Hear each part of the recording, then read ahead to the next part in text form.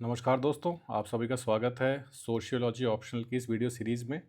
और आज हम बात करेंगे पेपर 1 के यूनिट नंबर 5 की, ठीक है, जो है स्ट्रेटिफिकेशन एंड मोबिलिटी। ठीक है, तो इसकी में हम टॉपिक नंबर 3 की बात करेंगे, जो कि है डायमेंशंस ऑफ सोशल स्ट्रेटिफिकेशन। और इसमें हमारे पास 5 टॉपिक हैं: social stratification of class, status groups, gender, ethnicity and race. ठीक है, तो वीडियो ज़्यादा बड़ा हो जाता है, इसलिए इसमें हम सिर्फ क्लास, स्टेटस ग्रुप और जेंडर को देखेंगे। एथनिसिटी और रेस के लिए हम इसका पार्ट बी बनाएंगे, ये पार्ट ए है। ठीक है, तो चलिए शुरू करते हैं। इसमें हम देखेंगे class, status group and gender. ठीक है, तो सबसे पहले सोशल स्ट्रेटिफिकेशन ऑफ क्लास। तो सबसे पहले क्लास की हमने वैसे काफ़ी बात कर ली है, फिर भी एक बार दोबारा देख लेते हैं क्लास होती क्या है। Class is a social group with similar skills, income, lifestyle and material well being.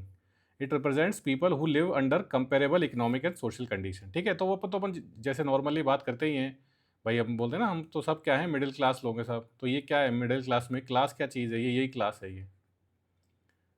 ठीक है, तो जैसे हमारा समाज का स्ट्रेटिफिकेशन है, सबसे ऊपर कौन से होते हैं लोग? अपर क्लास, फिर बीच में लोअर क्लास और नीचे लोअर क्लास और बीच में ये मिडिल क्लास। ठीक है, तो यही क्लास है। और ये किस तरह से किस बेसिस पे स्ट्रेटिफिकेशन होता है? ये होता है इनकम बेसिस पे, कितना पैसा कमाते हैं या कितना पैसा आपके पास है। With similar skills, income, life style and material well being, it represents people who live under comparable economic and social conditions. अब जैसे देखिए ना, मिडिल क्लास के जितने भी आपको लोग मिलेंगे, उनका सबका लाइफस्टाइल लगभग आपको एक जैसा मिलेगा। उनके सबके घर एक जैसे मिलेंगे, आपके और हमारे। वही उनमें जैसे जो भी फर्नीचर है, टीवी है, उस तरह की। इवन जैसे गाड़ियाँ भी आजकल सबको पता है मिडिल क्लास की गाड़ियाँ कौन सी होती हैं, मारुति टाइप गाड़ियाँ, 5 से लेकर 10 लाख के बीच में कार जो आती हैं। ठीक है, अब यहीं पे ये जो अपर क्लास है, अपर क्लास में फिर गाड़ियाँ हो जाती हैं 40-50 लाख वाली BMW टाइप्स। ठीक है, तो सारा जो ये क्लास में जो सारा जो स्ट्रेटिफिकेशन होता है, वो किस बेसिस पे होता है? वो इकोनॉमिक्स के बेसिस पे होता है, आपकी इनकम के बेसिस पे होता है, इकोनॉमिक बेसिस पे होता है। Broad view, it is based on wealth. ठीक है, तो जो हमने बात करी, आपके कितना पैसा आपके पास है, ऑक्यूपेशन एंड कंजम्पशन। तो क्या आप काम करते हैं, और कंजम्पशन मतलब उस पैसे को खर्च कैसे करते हैं। It includes income, property, living standards and even leisure activities. कहाँ घूमने जाते हैं, छुट्टी मनाने आप शिमला मनाली जाते हैं या फिर यूरोप जाते हैं। अब यूरोप जाते हैं तो आप अपर क्लास में आ गए, शिमला मनाली जाते हैं तो मिडिल क्लास में आ गए, और कहीं भी नहीं जा पाते तो लोअर क्लास में है। ठीक है, narrow view, it focuses only on occupational status. ठीक है, तो वही जो हमने बात करी ना, इसका सिर्फ और सिर्फ एक ही बेसिस पे डिफ्रेंशिएशन होता है, वो क्या है? इनकम, या फिर दूसरी मतलब ऑक्यूपेशन, कितना कमाते हैं और कैसे कमाते हैं। एग्जाम्पल है, टीचर एंड सॉफ्टवेयर इंजीनियर में belong to different jobs but have similar class. क्यों? क्योंकि दोनों की जो सैलरी है लगभग लगभग एक ही है भाई। जैसे आजकल टीचर्स को भी अच्छा पैसा मिल जाता है, मान लीजिए किसी टीचर को 50,000 रुपये महीना मिल रहा है और सॉफ्टवेयर इंजीनियर को 60,000 रुपये महीना मिल रहा है, तो लगभग लगभग एक ही ब्रैकेट हो गया ना। तो दोनों किस में आ गए? मिडिल क्लास में आ गए। Example, doctor, engineer, PSU officers, urban middle class. ठीक है, डॉक्टर्स हो गए, इंजीनियर्स हो गए, ये आपकी जो ये होती है ना PSU ऑर्गेनाइजेशन, सरकारी जो सेमी गवर्नमेंट टाइप होती हैं, पब्लिक सेक्टर यूनिट्स। ठीक है, तो इनके जो मतलब इनमें जो काम करते हैं वो किस में आ गए? मिडिल क्लास में। अगर शहरों में रहते हैं तो urban middle class. Despite different professions, all have similar housing, childrens education and consumption patterns. ठीक है, तो अब काम इनके अलग अलग हैं, लेकिन इन सबके घर एक जैसे ही हैं। मान लीजिए किसी अपार्टमेंट बिल्डिंग में सबने फ्लैट्स ले रखे हैं। ठीक है ना, जैसे वो तारक मेहता में दिखाते हैं ना, वो गोकुलधाम सोसाइटी, तो उसमें सब फ्लैट्स में अलग अलग लोग रहते हैं। कोई वो क्या चलाता है, कोई तो क्या करता था वो, हाँ, टीवी की दुकान होती थी उसकी शायद, जो मेन कैरेक्टर था। बाकी लोग भी होते थे कुछ, किसी का कोई डॉक्टर था, एक मोटा सा कोई डॉक्टर भी था। एक शायद जीप का कोई गैरेज चलाता था। एक टीचर भी था, वो अपने घर में वो कुछ कोचिंग वगैरह पढ़ाता था। तो ठीक है, तो सब रहते एक ही जगह हैं, मतलब एक ही सोसाइटी में रहते हैं। ठीक है, सबके प्रोफेशंस अलग हैं, लेकिन उससे जो कमाई होती है वो लगभग लगभग सब, ऐसा नहीं कि एग्जैक्टली सेम है, लगभग लगभग बराबर है। कोई 1 लाख कमा रहा है तो कोई 80,000 कमा रहा है, कोई 1,20,000 कमा रहा है। इसीलिए तो सब एक ही जगह रह पा रहे हैं, एक ही सोसाइटी में मकान अफोर्ड कर पा रहे हैं। तो सारे वो सब क्या होंगे? सेम क्लास में आएंगे, मिडिल क्लास मान लीजिए आप उसको। ठीक है, तो ऑल हैव सिमिलर हाउसिंग। अब जैसे उस सीरियल में हमने देखा ना तारक मेहता में, सारे उसी गोकुलधाम सोसाइटी में रहते, सिमिलर हाउसिंग, जनरल एजुकेशन, उन सबके बच्चे भी लगभग लगभग एक जैसे स्कूलों में जाते होंगे।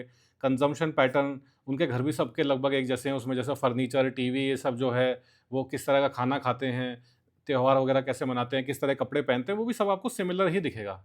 तो वो सब क्या हो गए, एक क्लास में आ गए। उनके ऑक्यूपेशन अलग अलग है, उनके कास्ट अलग अलग हो सकती हैं, उनका और रिलीजन भी कुछ अलग हो सकता है, but because of economic, because of occupation या पैसा कितना कमाया जाता है, उसकी वजह से वो सब क्या है, एक ही क्लास में आ गए, वो है मिडिल क्लास। ठीक है। Class refers reflects relationship to economy, access to resources, jobs, opportunities, it determines life chances, career growth and social influence. ठीक है। तो वही जो हमने बात करी, रिलेशनशिप टू इकोनॉमी क्या है आपकी, आप पैसा किस तरह कमाते हैं, ये आप क्लास से डिफाइन किया जा सकता है। उसके बाद आपको रिसोर्स का एक्सेस किस तरह मिलता है, jobs, opportunities, life chances, career growth, ये सब सारी बातें किस में आ जाती हैं, इकोनॉमिक्स में आ जाती है, इकोनॉमी वाली बात। अब मार्क्सियन पर्सपेक्टिव, मार्क्स क्या कहते हैं इसके बारे में। For Marx, class is a relation to the means of production. ठीक है। तो उसमें क्या थे मार्क्स के दो, वो एक तो था फोर्सेज ऑफ प्रोडक्शन, और उनको मीन्स ऑफ प्रोडक्शन भी बोलते हैं। दूसरा था रिलेशनशिप आपकी क्या है इन मीन्स ऑफ प्रोडक्शन के। आप मतलब बेसिकली ओनर हैं या आप वर्कर हैं। Your position is based on whether you own capital और ओनली लेबर। मतलब वो जो फैक्ट्री है या कुछ भी है, वो आपकी है या आप उसके मालिक हैं या आप उसमें काम करते हैं। तो मार्क्स के लिए तो मिडिल क्लास वगैरह कुछ नहीं होती, उनकी दो ही क्लासेस होती हैं मार्क्स के, मतलब मार्क्सियन पर्सपेक्टिव में। एक होती है बर्जुआ और एक होती है प्रोलेटेरिएट। ये होते हैं मालिक लोग, ये होते हैं मजदूर लोग। ठीक है। Bourgeois owners of capital, proletariat worker selling labour. Class conflict is inevitable. तो इसमें तो कहा ही ये जाता है मार्क्सिज्म में कि क्लास कन्फ्लिक्ट तो होगा ही भाई, ये इनका एक्सप्लॉइटेशन कर रहे हैं, तो बर्जुआ वर्सेस प्रोलेटेरिएट होना ही होना है। It leads to revolution. और जब ये इनके आपस में लड़ाई होगी तो इससे क्या होगा, revolution. The oppress class will eventually rise against the exploiters. ठीक है। तो मार्क्सवादी जो हैं सब यही मानते हैं कि भाई क्रांति करिए इनके खिलाफ। Class is objective, economic and polarising. Over time middle class shrinks, only rich and poor remain. ठीक है। तो क्लास ऑब्जेक्टिव है, सबके लिए एक जैसी है, इकोनॉमी पे बेस्ड है, और पोलराइजिंग है। पोलराइजिंग मतलब कि सबको एक जगह इकट्ठा होना पड़ता है। मतलब आप या तो इस कैटेगरी में आएंगे, इस कैटेगरी में आएंगे, ऐसा नहीं है कि कुछ यहाँ चले गए कुछ यहाँ चले गए। पोलराइजिंग है, दो पोल्स बन जाते हैं, या तो आप बर्जुआ हैं या प्रोलेटेरिएट हैं। Over time middle class shrinks, only rich and poor remain. तो मार्क्स के हिसाब से मिडिल क्लास होती होगी तो वो भी श्रिंक हो जाती है। अगर मान लीजिए बीच में कोई मिडिल क्लास है तो वो भी धीरे धीरे ख़त्म हो जाएगी और वो प्रोलेटेरिएट में शामिल हो जाएगी, और अल्टीमेटली दो ही क्लासेस बचेंगी, एक पैसे वाले और एक गरीब। और इनके बीच में फिर क्या होगा, क्लास स्ट्रगल होगा, और उससे क्या होगा, रेवोल्यूशन होगा। रेवोल्यूशन होने के बाद क्या होगा, कम्युनिज्म आएगा। कम्युनिज्म आने के बाद क्या होगा, सारी दुनिया स्वर्ग बन जाएगी, हेवन ऑन अर्थ। ये मार्क्सिस्ट का कहना है, हेवन ऑन अर्थ। इनका फाइनल गोल तो होता है डिक्टेटरशिप ऑफ द प्रोलेटेरिएट। अजीब सी बात है कि एक तरफ तो मतलब बड़ी बड़ी बातें करते हैं, फिर कहते हैं डिक्टेटरशिप, लेकिन अब इसमें यह है कि डिक्टेटरशिप किसकी, इन लोगों की, गरीबों की, वर्कर्स की। लेकिन फिर प्रॉब्लम वही आती है ना कि सारे गरीब मिलकर कैसे रूल करेंगे, तो फिर क्या करते हैं, पोलित ब्यूरो बना देते हैं। ठीक है। तो वो तो फिर बहुत लंबी कहानी हो जाएगी, चलिए आगे चलते हैं। Factory owner versus factory worker, owner profits from labour without doing the actual work. ठीक है। तो वही बात है भाई, मालिक थोड़ी काम करेगा, लेबर काम करती है और प्रॉफिट मालिक कमाता है। क्रिटिसिज्म इग्नोर्स मिडिल क्लास, वही तो हमने बात करी, इनके हिसाब से तो दो ही क्लासेज होती हैं, पैसे वाले और गरीब, बीच में मिडिल क्लास, इन सब का क्या होगा, नॉन इकोनॉमिक इनइक्वलिटीज़। मतलब इनके हिसाब से मार्क्सवादियों के हिसाब से सिर्फ इकोनॉमिक बेसिस पे ही इनइक्वालिटी होती है। मतलब दो ही क्लासेस हुई ना, एक बर्जुआ हुआ एक प्रोलेटेरिएट, तो पैसे की वजह से ही वो हुए। लेकिन फिर क्या है कि नॉन इकोनॉमिक इनइक्वालिटीज़ जैसे कि कास्ट, इसका क्या होगा, जेंडर, रेस। अमेरिका में मान लीजिए कोई बर्जुआ प्रोलेटेरिएट हैं, तो कोई मान लीजिए ब्लैक है, रेशियली कोई ब्लैक पर्सन है, उसके पास पैसा आ गया, तो वो बर्जुआ में आएगा कि वो प्रोलेटेरिएट में आएगा। तो उसके हिसाब उसको तो फिर भी इनइक्वलिटी का सामना करना पड़ेगा, because of his race, because of his skin colour, not because of his relationship to economy. ठीक है। Doesn't explain why revolutions don't happen in every capitalist society. ठीक है, तो भाई एक ही तो रेवोल्यूशन हुई है, वो है रशियन रेवोल्यूशन। मतलब और भी हुई होंगी, लेकिन मेजर तो एक ही कंट्री में हुई थी रशियन रेवोल्यूशन। उसके बाद बना था यूएसएसआर, और वो भी 91 में ख़त्म हो गया। भाई अमेरिका में क्यों नहीं हुई, ब्रिटेन में क्यों नहीं हुई, सब सब कैपिटलिस्ट कंट्रीज़ हैं, वहाँ पे क्यों नहीं हुई रेवोल्यूशन? तो इसका एक्सप्लेनेशन नहीं दे पाते हैं लोग। उसके बाद वेबेरियन पर्सपेक्टिव, तो मैक्स वेबर क्या कहते हैं क्लास के बारे में? For weber class is a group of people sharing similar market situation. Market situation मतलब क्या? मतलब मार्केट में आपकी औकात क्या है, अगर बहुत ही सिंपल शब्दों में बोला जाए, अब मार्केट सिचुएशन आपकी क्या है, आप क्या काम करते हैं, कितना कमाते हैं, किस तरह की लाइफ स्टाइल अफोर्ड कर पाते हैं, किस तरह के स्कूलों में आपके बच्चे जाते हैं, एक्सेस टू रिसोर्सेज कैसा है आपका, मेडिकल फैसिलिटीज़ आपको अवेलेबल हैं कि नहीं हैं, तो किस तरह की आप सरकारी स्कूल में सरकारी वो डिस्पेंसरी में जाते हैं, या किसी अच्छे बड़े क्या होते हैं ना, 5 स्टार हॉस्पिटल्स भी होते हैं आजकल तो। ठीक है, तो मार्केट सिचुएशन बेसिकली आपकी आपकी मतलब औकात, जैसे हिंदी में बोलते हैं ना भाई तेरी औकात क्या है। औकात का मतलब ही यही होता है कि आपके आपका आपकी हैसियत क्या है पैसे के हिसाब से। Class is not just about production but also about life chances in the market, access to education, income, consumption etcetera. ठीक है, प्रोडक्शन मतलब खाली ये नहीं कि आप क्या इनकम करते हैं या आपका काम क्या है, आपकी लाइफ चांसेस क्या होते हैं, एक्सेस टू रिसोर्सेज। ये मैक्स वेबर के ही टर्म है, लाइफ चांसेस उन्होंने बताए थे, एक्सेस टू रिसोर्सेज, किस तरह के रिसोर्सेज, ये जैसे बताया ना आप, एजुकेशन हो गई, कंजम्पशन हो गया, किस तरह की मेडिकल फैसिलिटीज़ आपको मिलती हैं, उसके हिसाब से फिर आपकी क्लास मतलब डिफाइन होती है। तो ही प्रपोज 4 मेन क्लासेस, कौन कौन सी वो हैं? Propertied upper class, industries like Ambani और अडानी, ये सब बड़े लोग। ठीक है, अब प्रॉपर्टीड का मतलब आप सोचेंगे कि यार कोई मिडिल क्लास ने किसी ने फ्लैट खरीद लिया तो वो भी तो प्रॉपर्टी हो गई, वो नहीं है। प्रॉपर्टीड मतलब आपके पास इंडस्ट्रीज़ होनी चाहिए, ज़मीन है तो बहुत ज़्यादा ज़मीन होनी चाहिए, 100 बीघा 200 बीघा, जिसमें कुछ कमर्शियल काम किया जा सके। ठीक है, एक आपने खुद के लिए रहने के लिए आपने एक 3 BHK फ्लैट खरीद लिया, उसमें फिर उसको प्रॉपर्टीड नहीं माना जाता है यहाँ पे मैक्स वेबेरियन पर्सपेक्टिव में। उसके बाद आते हैं वाइट कॉलर वर्कर्स। ये कौन होते हैं? नॉर्मल अपना जो जॉब करते हैं, पढ़े लिखे लोग, teachers, accountants, IT professionals, CA, doctor, engineer, इस तरह के लोग जो एक डिसेंट लाइफ जी पाते हैं। बेसिकली प्रॉपर्टी होती है, लेकिन वो बस एक मतलब रेसिडेंशियल प्रॉपर्टी होती है। अब कोई करप्शन वगैरह कर ले तो बात अलग है। पैटी बुर्जुआ कौन होते हैं? स्मॉल शॉपकीपर्स, जो छोटे मोटे काम करते हैं। जैसे कोई छोटे, आपने कोई राशन की दुकान खोल ली, जनरल स्टोर खोल लिया अपने आसपास, या कोई छोटा सा कैफ़े खोल लिया जिसमें आप ये क्या बोलते हैं, फास्ट फूड सर्व कर रहे हैं। मतलब एक बिज़नेस है, बट छोटा बिज़नेस, बहुत बड़ा कोई ऐसे अंबानी टाइप बिज़नेस नहीं है, बहुत ही लो लेवल का बिज़नेस है। उसके बाद फिर आते हैं मैनुअल लेबर्स, कि इनके पास कुछ नहीं होता है, सिर्फ वर्कर्स होते हैं, फैक्ट्री वर्कर्स, डोमेस्टिक हेल्पर्स, झाड़ू लगाने वाले, इस तरह के काम करने वाले जो भी लोग हैं, मजदूरी, कोई मकान बन रहा है वहाँ पे मजदूर जो होते हैं वो। But weber also said class isn't the only form of stratification, we must also consider status and power। तो मेनली तो वेबर ने 3 बताए थे, सॉरी वेबर ने 3 बताए थे, वो थे क्लास, दूसरा था स्टेटस, तीसरा था पार्टी, या इसको पावर भी बोल देते हैं कई बार। तो क्लास तो हो गई आपकी इकोनॉमिक, पैसे, भाई पैसे कितने हैं आपके पास और उस पैसे से कितने क्या रिसोर्सेज आपको मिल पाते हैं। स्टेटस मतलब आपका समाज में रेस्पेक्ट कितना है। और पार्टी या पावर मतलब होता है इन्फ्लुएंसिंग पावर, कि आपके डिसीजन मेकिंग में आपका कितना इन्फ्लुएंस है। अब ये डिसीजन मेकिंग कौन सी? Political decision making. मतलब आप किसी एमएलए एमपी को जानते हैं, किसी को मतलब आप कुछ चाहें तो कुछ करवा सकते हैं, तो वो वाली चीज़ें। वो दिल्ली में बहुत चलता है ना, आप कितने लोगों को जानते हैं, एक आपका वो होता है ना, मैं इतने एमपी एमएलए को जानता हूँ, तो उस तरह का।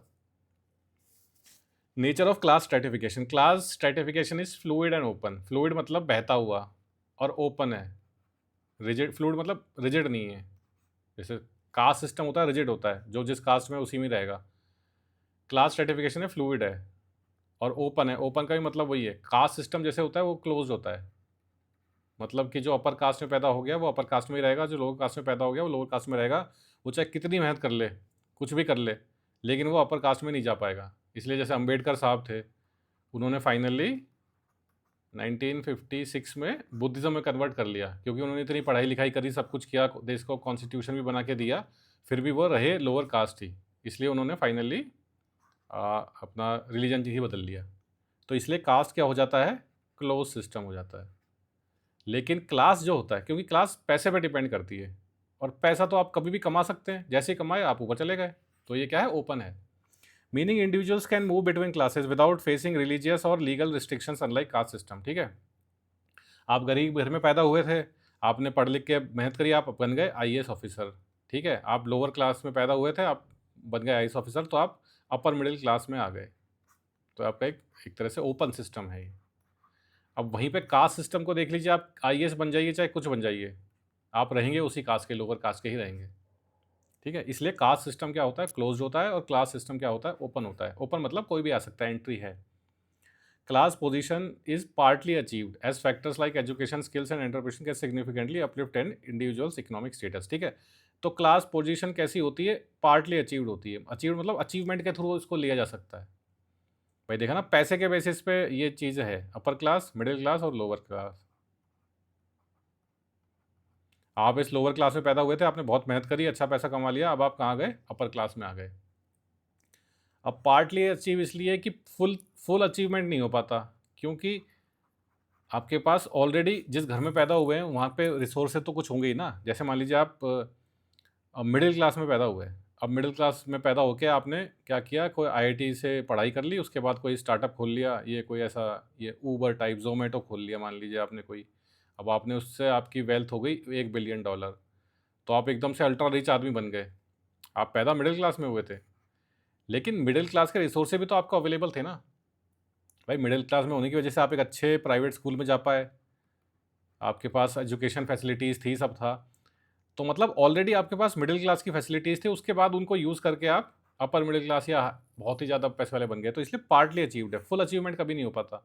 अब आप कहेंगे कोई बिल्कुल ही गरीब घर में पैदा हुआ है, तो भी उसमें फिर डिफरेंसेस होगा कि वो बिल्कुल ही गरीब में घर में पैदा हुआ है, तो क्या वो अपर कास्ट का है, अपर कास्ट का होने की वजह से उसको कुछ फ़ायदे मिल सकते हैं, या फिर वो लोअर कास्ट का है लेकिन शहर में रहता है, सिटी में रहता है। अब मान लीजिए एक लोअर कास्ट का आदमी एक सिटी में रहता है और एक विलेज में रहता है, तो जो सिटी में रहेगा उसको ऑब्वियसली थोड़ा-सा ज़्यादा फैसिलिटीज़ ज़्यादा मिलेगी, ज़्यादा एक्सपोज़र मिलेगा। तो कहीं न कोई कुछ ना कुछ डिफरेंस आ जाता है, इसलिए उसको बोलते हैं पार्टली अचीव्ड, फुल्ली अचीव्ड नहीं। तो पार्टली अचीव का मतलब यही होता है कि कुछ ना कुछ आपके पास कुछ ना कुछ जिस घर में आप जहाँ पे पैदा हुए हैं, ऑलरेडी कुछ ना कुछ आपको मिलता है पैदा होने की वजह से। फुल वो नहीं होता कि आदमी बिल्कुल सड़क पे नंगा पैदा हुआ है, उसका मतलब कुछ भी नहीं मिला उसको। होते हैं ऐसे लोग, लेकिन वो बहुत ही रेयर केसेज़ होते हैं, मतलब जैसे अनाथालय वगैरह में आप कोई ऑर्फनेज में देखें। ठीक है? Class has an economic basis with income level, job type and ownership of assets such as property and investment serve as key indicators। ठीक है, तो हमने कई बार बात कर ली है। तो क्लास किस बेसिस पे होती है, इकोनॉमिक बेसिस पे होती है, पैसे के बेसिस पे होती है। इनकम लेवल, आप कितना कमाते हैं, क्या जॉब करते हैं, ओनरशिप आपके कितने, आपके पास फ्लैट व्लैट है, गाड़ी वाड़ी कुछ है रखते हो, प्रॉपर्टी कुछ है, इन्वेस्टमेंट्स वो शेयर मार्केट में कुछ पोर्टफोलियो है, ये सब आपको बताता है आपकी क्लास क्या है। Goldthorpe observed that short range mobility is more common than long range. ये गोल्डथॉर्प सोशियोलॉजिस्ट थे। ठीक है, तो इन्होंने कहा short range mobility is more common than long range mobility, indicating people more easily move between adjacent classes and across distance. देखो obvious सी बात है, इनका कहना है कि शॉर्ट रेंज मोबिलिटी ज़्यादा कॉमन है। मतलब ये जैसे अपर क्लास, ये आपकी मिडिल क्लास और ये लोअर क्लास। भाई लोअर क्लास में पैदा हुए हैं, आपने एसएससी का एग्ज़ाम क्लियर किया, आप बन गए, एसएससी से क्या बनते हैं ये, कुछ भी बन गए, इनकम टैक्स ऑफिसर बन गए, तो आप कहाँ चले गए, मिडिल क्लास में चले गए। ठीक है, तो एडजेसेंट, इन्होंने बोला ना एडजेसेंट क्लासेस, भाई शॉर्ट हुआ ना, शॉर्ट रेंज मोबिलिटी, यहाँ से यहाँ गए। आप मिडिल क्लास में हुए, आप आईआईटी का वगैरह करके अच्छा कोई स्टार्टअप बना लिया, तो आप अपर क्लास में चले गए। अब लोअर क्लास से अपर क्लास जाना बहुत थोड़ा मुश्किल हो जाता है, इतना लंबा रास्ता तय करना पड़ेगा। करते हैं लोग, लेकिन वो का ज़्यादा कॉमन ये है कि एडजेसेंट, कम कम दूरी ही लोग तय करते हैं, वो ज़्यादा कॉमन है। ठीक है, या तो आदमी मिडिल क्लास से अपर क्लास में चला जाता है, या लोअर से मिडिल में चला जाता है। ठीक है, तो शॉर्ट रेंज मोबिलिटी,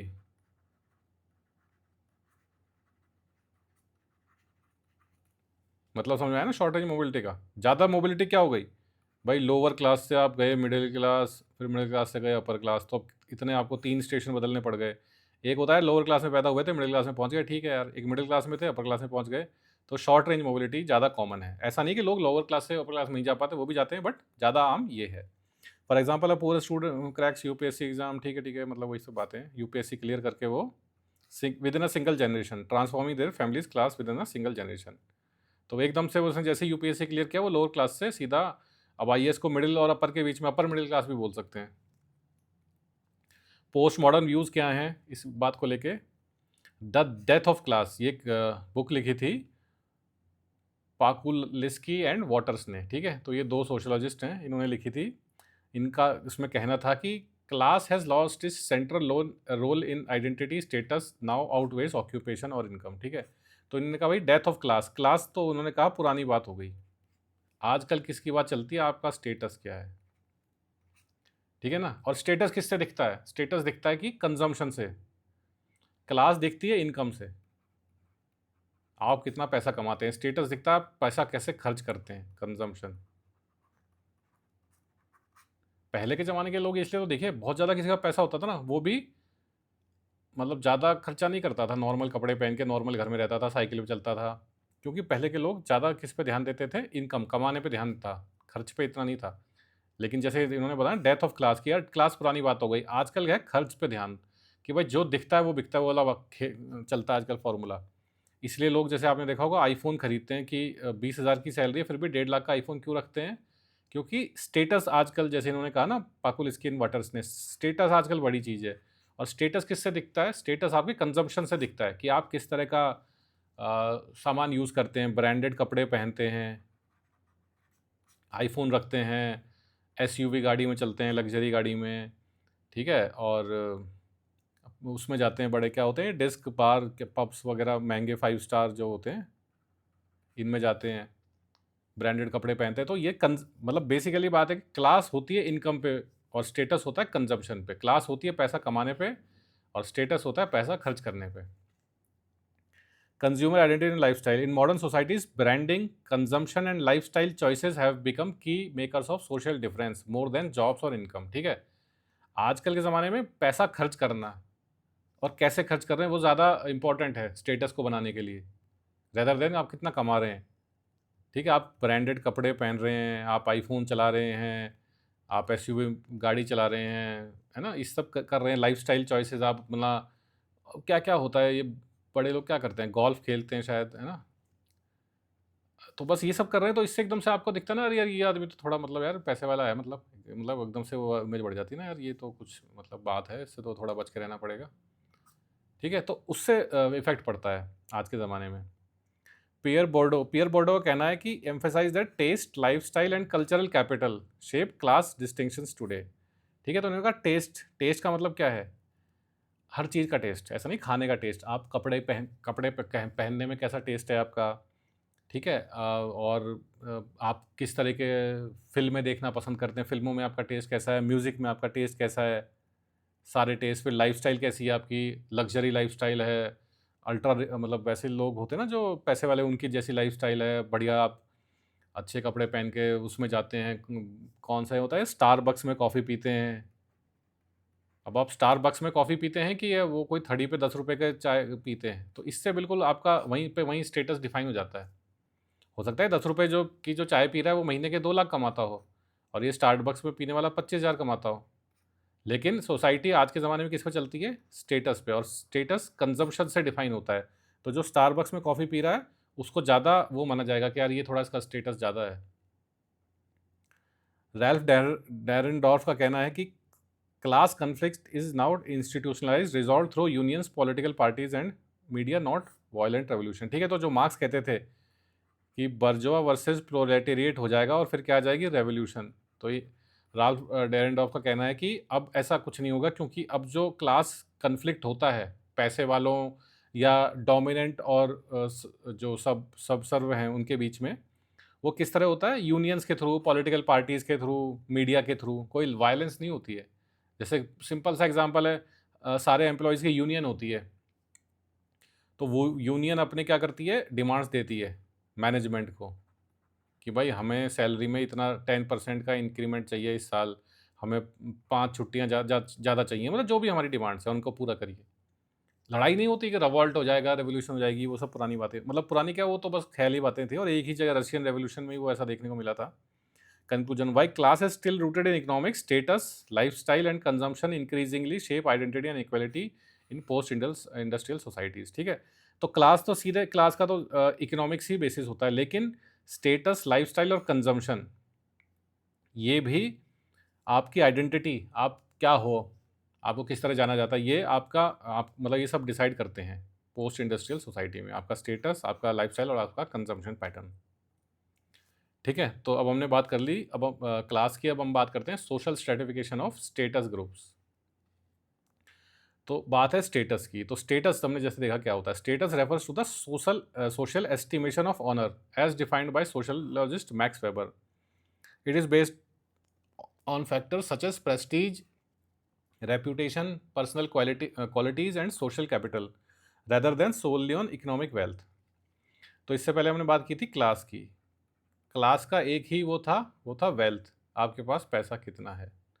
अब आती है स्टेटस। अब स्टेटस क्या है ना, एक तरह से समाज में आप समझ लीजिए, समाज में आपकी इज्जत कितनी है, एस्टिमेशन ऑफ ऑनर, आपका ऑनर कितना है। अब ये इज्जत बहुत सारी चीज़ों से मिलके बनती है। आप पर्सनल क्वालिटीज़ आपकी कैसी हैं, आप अच्छा व्यवहार करते हैं, ठीक है, फिर आपकी कोई अचीवमेंट है क्या, जैसे आप रिटायर्ड आर्मी ऑफिसर हैं और आपने परमवीर चक्र जीता हुआ है, तो समाज में आपकी अलग इज्जत होगी। आप कोई एनजीओ चलाते हैं, मतलब आप क्या क्या करते हैं, या फिर आप बहुत पैसे वाले हैं और अल्ट्रा वैसी लाइफस्टाइल जीते हैं, तो इज्जत बहुत चीज़ों से मिलके बन सकती है। तो ये चीज़ होती है स्टेटस। पर्सनल क्वालिटीज़ भी इसमें मैटर करती हैं। सोशल कैपिटल, आप कितने लोगों को जानते हैं, आपका नेटवर्क कैसा है, हर आदमी आपसे सलाह लेने आता है, बड़ा ही आप समाज में आपका रेस्पेक्ट है। तो सिर्फ इकोनॉमिक वेल्थ पे ही डिपेंड नहीं करती है, ये सब चीज़ों का एक तरह से मिक्सचर होता है, मिश्रण होता है, फिर उससे आपके समाज में स्टेटस या आपका रेस्पेक्ट या आपकी इज्जत जो है वो बनती है। Status is not always directly link to one's economic class, जैसे हमने बात करी, वो क्या चीज़ होती है, वो होती है क्लास। क्लास डायरेक्टली आपके इकोनॉमिक्स पे डिपेंड करती है, आपकी तनख्वाह पे, आपकी मतलब कितनी कमाई है। स्टेटस जो है वो बाकी चीज़ों पे भी डिपेंड करता है। Meaning individuals with similar income में डिफर इन सोशल स्टैंडिंग। भाई ठीक है, दो लोग 50,000 रुपये महीना कमाते हैं, लेकिन उनका समाज में स्टेटस अलग अलग हो सकता है। भाई जैसे सोशल कैपिटल की बात कर लीजिए, एक आदमी 50,000 कमाता है, लेकिन वो अपने घर में रहता है, किसी से बात नहीं करता, कहीं आता जाता भी नहीं, तो उसे कोई नहीं जानेगा समाज में। एक आदमी 50,000 कमाता है, लेकिन उसने क्या कर रखा है, ये होता है ना अपने चुनाव, कौन से वार्ड वाले होते हैं जिसमें क्या बनते हैं, पार्षद बनते हैं, तो उसने पार्षद का चुनाव जीत लिया, तो मोहल्ले में गली जो भी कॉलोनी है उसमें सब उसको जानते हैं, तो एकदम से उसका सोशल कैपिटल ज़्यादा हो गया। कमाई दोनों की सेम है, लेकिन अब इसने पार्षद होने की वजह से इसका स्टेटस हाई हो जाएगा, क्योंकि सोशल कैपिटल बढ़ गया। ठीक है, तो स्टेटस क्या चीज़ है कि इनकम अगर आपकी सेम भी हो तो भी स्टेटस अलग अलग हो सकता है, because of your personal qualities, social capital, बहुत चीज़ें इसमें आ जाती हैं। Traditionally status was largely ascribed for example through birth into a particular caste और नोबल लीनिएज। ठीक है, तो पहले के समाज में स्टेटस क्या होता था, एस्क्राइब्ड होता था, मतलब जो आपको पैदा होने पे बिना कुछ करे मिल जाता है। जैसे अपने इंडिया में तो बहुत बढ़िया एग्जांपल है कास्ट सिस्टम। भाई कोई अपर क्लास में पैदा हुआ है तो उसको बिना कुछ करे ही एक तरह से अपर होने का वो मिल गया, और कोई लोअर क्लास में पैदा हुआ है, वो चाहे कितना भी अच्छा कर ले, उसको लोअर कास्ट में पैदा होने की वजह से एक वो मिल गया, नीचा देखना पड़ेगा। ठीक है, और जैसे बाकी सोसाइटी, ये अपना यूरोपियन सोसाइटी जो थी मेडिवल यूरोप में, वहाँ पे क्या होता था, एस्टेट सिस्टम होता था। तो जैसे यहाँ पे अपर क्लास होती है, वहाँ पे क्या होते थे, नोबल्स होते थे, तो नोबल्स के जो बच्चे होते थे वो भी नोबल्स होते थे। ठीक है, तो वही बाय बर्थ उनको वो मिल जाता था स्टेटस। लेकिन आज के ज़माने में स्टेटस आप अचीव किया जा सकता है। Status can in modern society, status can also भी achieve through education, professional success और पब्लिक रिकॉग्निशन। भाई बहुत से एग्जांपल्स हैं ना, जैसे ये कितने लोग बेचारे गरीब पैदा होते हैं, फिर वो कोई मतलब कोई क्रिकेटर बन गया मान लीजिए बहुत बड़ा, तो वो एकदम से उसका स्टेटस बहुत हाई चला गया। कोई कोई एक्टर बन गया बहुत बड़ा, तो एकदम से उसका स्टेटस हाई चला गया। जैसे नवाजुद्दीन सिद्दीकी है, ये एक तो मैंने देखा था, कह रहा था कि मैं तो एक वॉचमैन था कहीं किसी फैक्ट्री में, फिर आज देखो कितना बड़ा वो एक्टर बन गया। तो मतलब उसने स्टेटस अचीव कर लिया। गरीब घर में पैदा होता, जब वो वॉचमैन था उसका कोई स्टेटस नहीं था, लेकिन आज वो इतना बड़ा एक्टर है तो उसका स्टेटस हो गया। तो स्टेटस अचीव किया जा सकता है। हमारे समाज में पहले थी कास्ट सिस्टम। कास्ट सिस्टम में आप कुछ भी कर लीजिए, वो परमानेंट होती थी, कुछ नहीं कर सकते उसका आप। ठीक है, एजुकेशन के बेसिस पे हो सकता है स्टेटस अचीव। प्रोफेशनल कोई आपने अच्छा काम कर लिया, जैसे एक्टिंग की बात करी नवाजुद्दीन सिद्दीकी, क्रिकेटर्स हो गए, और भी बहुत, जैसे सिंगर बन जाइए आप, राइटर बन जाइए, पब्लिक रिकॉग्निशन, जैसे ये अपने जो प्रधानमंत्री हैं नरेंद्र मोदी, ये भी बताते हैं बहुत मतलब अच्छे इकोनॉमिक हालात नहीं थे, गरीब घर था, तो आज पीएम बन गए। तो पब्लिक रिकॉग्निशन और अपने मतलब जो भी मेहनत करी पीएम बनने के लिए, उससे एकदम से स्टेटस बढ़ गया। A key contrast in stratification is that class is primarily economic, defined by income. Status, on the other hand, is rooted on social honor and lifestyle, reflecting how one is viewed and valued by society. ठीक है, तो वही मैं कई बार देख लिया, class is primarily economic, class सिर्फ इकोनॉमिक्स पे बेस्ड होती है। Status on the other hand, social honour, lifestyle, समाज में आपको लोग कितने जानते हैं, आपने कुछ अचीवमेंट्स हैं कि नहीं आपके, क्या क्या आपने ज़िंदगी में किया है, इन सब से स्टेटस बनता है। ठीक है, थियोरेटिकल पर्सपेक्टिव स्टेटस के देख लेते हैं। मैक्स वेबर के अनुसार, weber argued that status is a distinct dimension of stratification separate from class. ठीक है, तो उनके वो तीन वो थे ना मैक्स वेबर के, तो क्या क्या था, क्लास, उसके बाद स्टेटस एंड पार्टी, या पावर भी बोल सकते हैं इसको। ठीक है, तो एक अलग डायमेंशन है स्ट्रेटिफिकेशन का, स्टेटस क्लास से अलग होता है, separate from class, while class is based on one's role in production. One's role in production का मतलब क्या हुआ कि इनकम, आप बेसिकली इनकम कैसे करेंगे, किसी ना किसी प्रोडक्शन या प्रोडक्टिव एक्टिविटी में पार्ट लेंगे। भाई आप डॉक्टर हैं, आप इंजीनियर हैं, आप कोई फास्ट फूड का रेस्टोरेंट चलाते हैं, कोई ना कोई प्रोडक्टिव काम करके ही तो पैसा कमाएंगे। तो आपका प्रोडक्शन में रोल क्या है, और फिर उस रोल से आपका आपका आपकी वेल्थ डिफाइन होगी, आपकी इनकम डिफाइन होगी, और उससे फिर आपकी अल्टीमेटली क्लास डिफाइन होगी। ठीक है, तो class is based on one's role in production, status is shared by patterns of consumption and lifestyle. ठीक है, तो हमने जैसे पहले बात करी थी, स्टेटस आपके खर्च करने की आदतों पे डिपेंड करता है, किस तरह आप पैसा खर्च करते हैं, और क्लास जो है आपकी कमाने की आदतों पे डिपेंड करता है, कितना कमाते हैं, किस तरह कमाते हैं। ठीक है, और लाइफस्टाइल कैसी है आपकी। Weber considered caste as most developed and rigid form of status group. ठीक है, तो वेबर के अनुसार जो कास्ट सिस्टम होता है, ये मोस्ट रिजिड और मोस्ट डेवलप्ड स्टेटस ग्रुप का एग्जाम्पल है। मोस्ट रिजिड का तो आपको मतलब समझ ही क्या हो गए भाई, कास्ट सिस्टम एक तो क्लोज सिस्टम होता है, जो लोअर कास्ट में पैदा हो गया वो जिंदगी भर लोअर कास्ट रहेगा, उसके बच्चे भी लोअर कास्ट होंगे, जो अपर कास्ट में पैदा हो गया वो जिंदगी भर अपर कास्ट रहेगा, उसके बच्चे भी अपर कास्ट होंगे। तो रिजिड है ये, इसको चेंज नहीं किया जा सकता। और मोस्ट डेवलप्ड इसलिए कि इसके रूल्स एंड रेगुलेशंस, हर चीज़ बिल्कुल क्लियरली डिफाइंड है, due to strong link with honour, lifestyle and social closure. अब पाकुलिस्की एंड वाटर्स 1996, इनकी जो थ्योरी थी क्या थी, डेथ ऑफ क्लास। वही जो हमने बात करी, क्लास तो पुरानी बात हो गई, आज की बात क्या है, आज बात है स्टेटस की। Pakulski and Waters proposed the death of class thesis, suggesting that class has become less relevant in post-industrial societies. They argued that in contemporary societies, status has become more significant than class in determining social identity. आपकी समाज में identity क्या है, वो आज के ज़माने में आपके स्टेटस से ज़्यादा जानी जाती है, रेदर देन आपकी क्लास से। मतलब बेसिकली आजकल इनकम से इतना ज़्यादा वो नहीं होता जितना कि आपके बेसिकली कंजम्पशन से होता है, खर्च करने से होता है। भाई कोई आदमी महीने के 3 लाख रुपए कमाता है, लेकिन वो 10,000 का इसका चाइनीज़ फ़ोन आता है ना रेडमी वाला, ये यूज़ करता है, कार उसके पास है नहीं, वो एक ये एक्टिवा यूज़ करता है। ठीक है, और इस तरह बहुत ही सिर्फ 2 BHK के फ्लैट में रहता है वैसी नॉर्मल सी सोसाइटी में। तो 3 लाख में से उसका खर्चा सिर्फ 2 लाख में करके 1 लाख में करके 2 लाख की वो मंथली RD करा देता है, अपना सेविंग कर लेता है। तो उसके समाज में उसका स्टेटस बहुत ही नीचे आ जाएगा, कमाता चाहे वो 3 लाख है। सब देखेंगे यार ये तो, इसके तो थोड़े हाल ऐसे ही हैं यार, एक्टिवा के वगैरह चलता है, फ़ोन भी इसका ऐसा ही है। अब मान लीजिए कोई 50,000 कमाता है, लेकिन उसने EMI पे आईफोन ले लिया लेटेस्ट, बढ़िया वो ब्रांडेड कपड़े पहनता है। ठीक है, बचाता कुछ भी नहीं है, हर महीने 20-25 हज़ार रुपये अपने किसी दोस्त कितना किसी से उधार लेता है। भाई इतना खर्चा करेगा तो कैसे चलेगा। ये सब उसकी तो सेविंग 2 लाख रुपए थी महीने की, इसकी सेविंग कुछ भी नहीं, इसको बल्कि उधार लेना पड़ता है, लेकिन फिर भी इसका स्टेटस क्या है, ऊपर आ जाएगा। ये पाकुल स्की एंड वाटर्स का कहना है कि क्लास अब पुरानी बात हो गई, अब स्टेटस की बात होती है, और स्टेटस किस पे डिपेंड करता है? आपके कंजम्पशन और आपके लाइफस्टाइल पे। According to them consumption is now tied to personal identity and social standing rather than merely reflecting income levels. ठीक है, तो इनकम से आजकल इतनी बात नहीं बनती, आजकल दिखाना पड़ता है। मतलब कमा रहे हो तो दिखाओ तो सही दूसरे को। दूसरे को कैसे पता पड़ेगा यार ये महीने के 3 लाख कमाता है? आपके बैंक में तो कितना भी पैसा हो सकता है, जब तक मैं देखूंगा नहीं कि आप अच्छी गाड़ी में चल रहे हैं, आपके पास आईफोन है, आप ब्रांडेड कपड़े पहन रहे हैं, आप घूमने या तो एटलीस्ट इंडिया में अच्छी जगह जा रहे हैं, 5 स्टार होटल घूमने जाते हैं तो भी आप 5 स्टार में रुकते हैं कि 3 स्टार में रुकते हैं, फिर विदेश घूमने जाते हैं कि नहीं जाते। ठीक है, तो इन सब से क्या होगा? आपका स्टेटस बढ़ता है। बोर्डो एंड स्टेटस कैपिटल। तो पियर बोर्डो ये फ्रेंच सोशोलॉजिस्ट थे, इन्होंने क्या कहा था?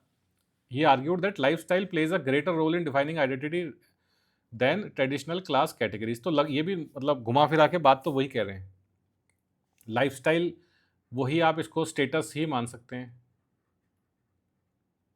जैसे हमने बात की ना, स्टेटस किन किन चीज़ों से इन्फ्लुएंस होता है? कंजम्पशन से।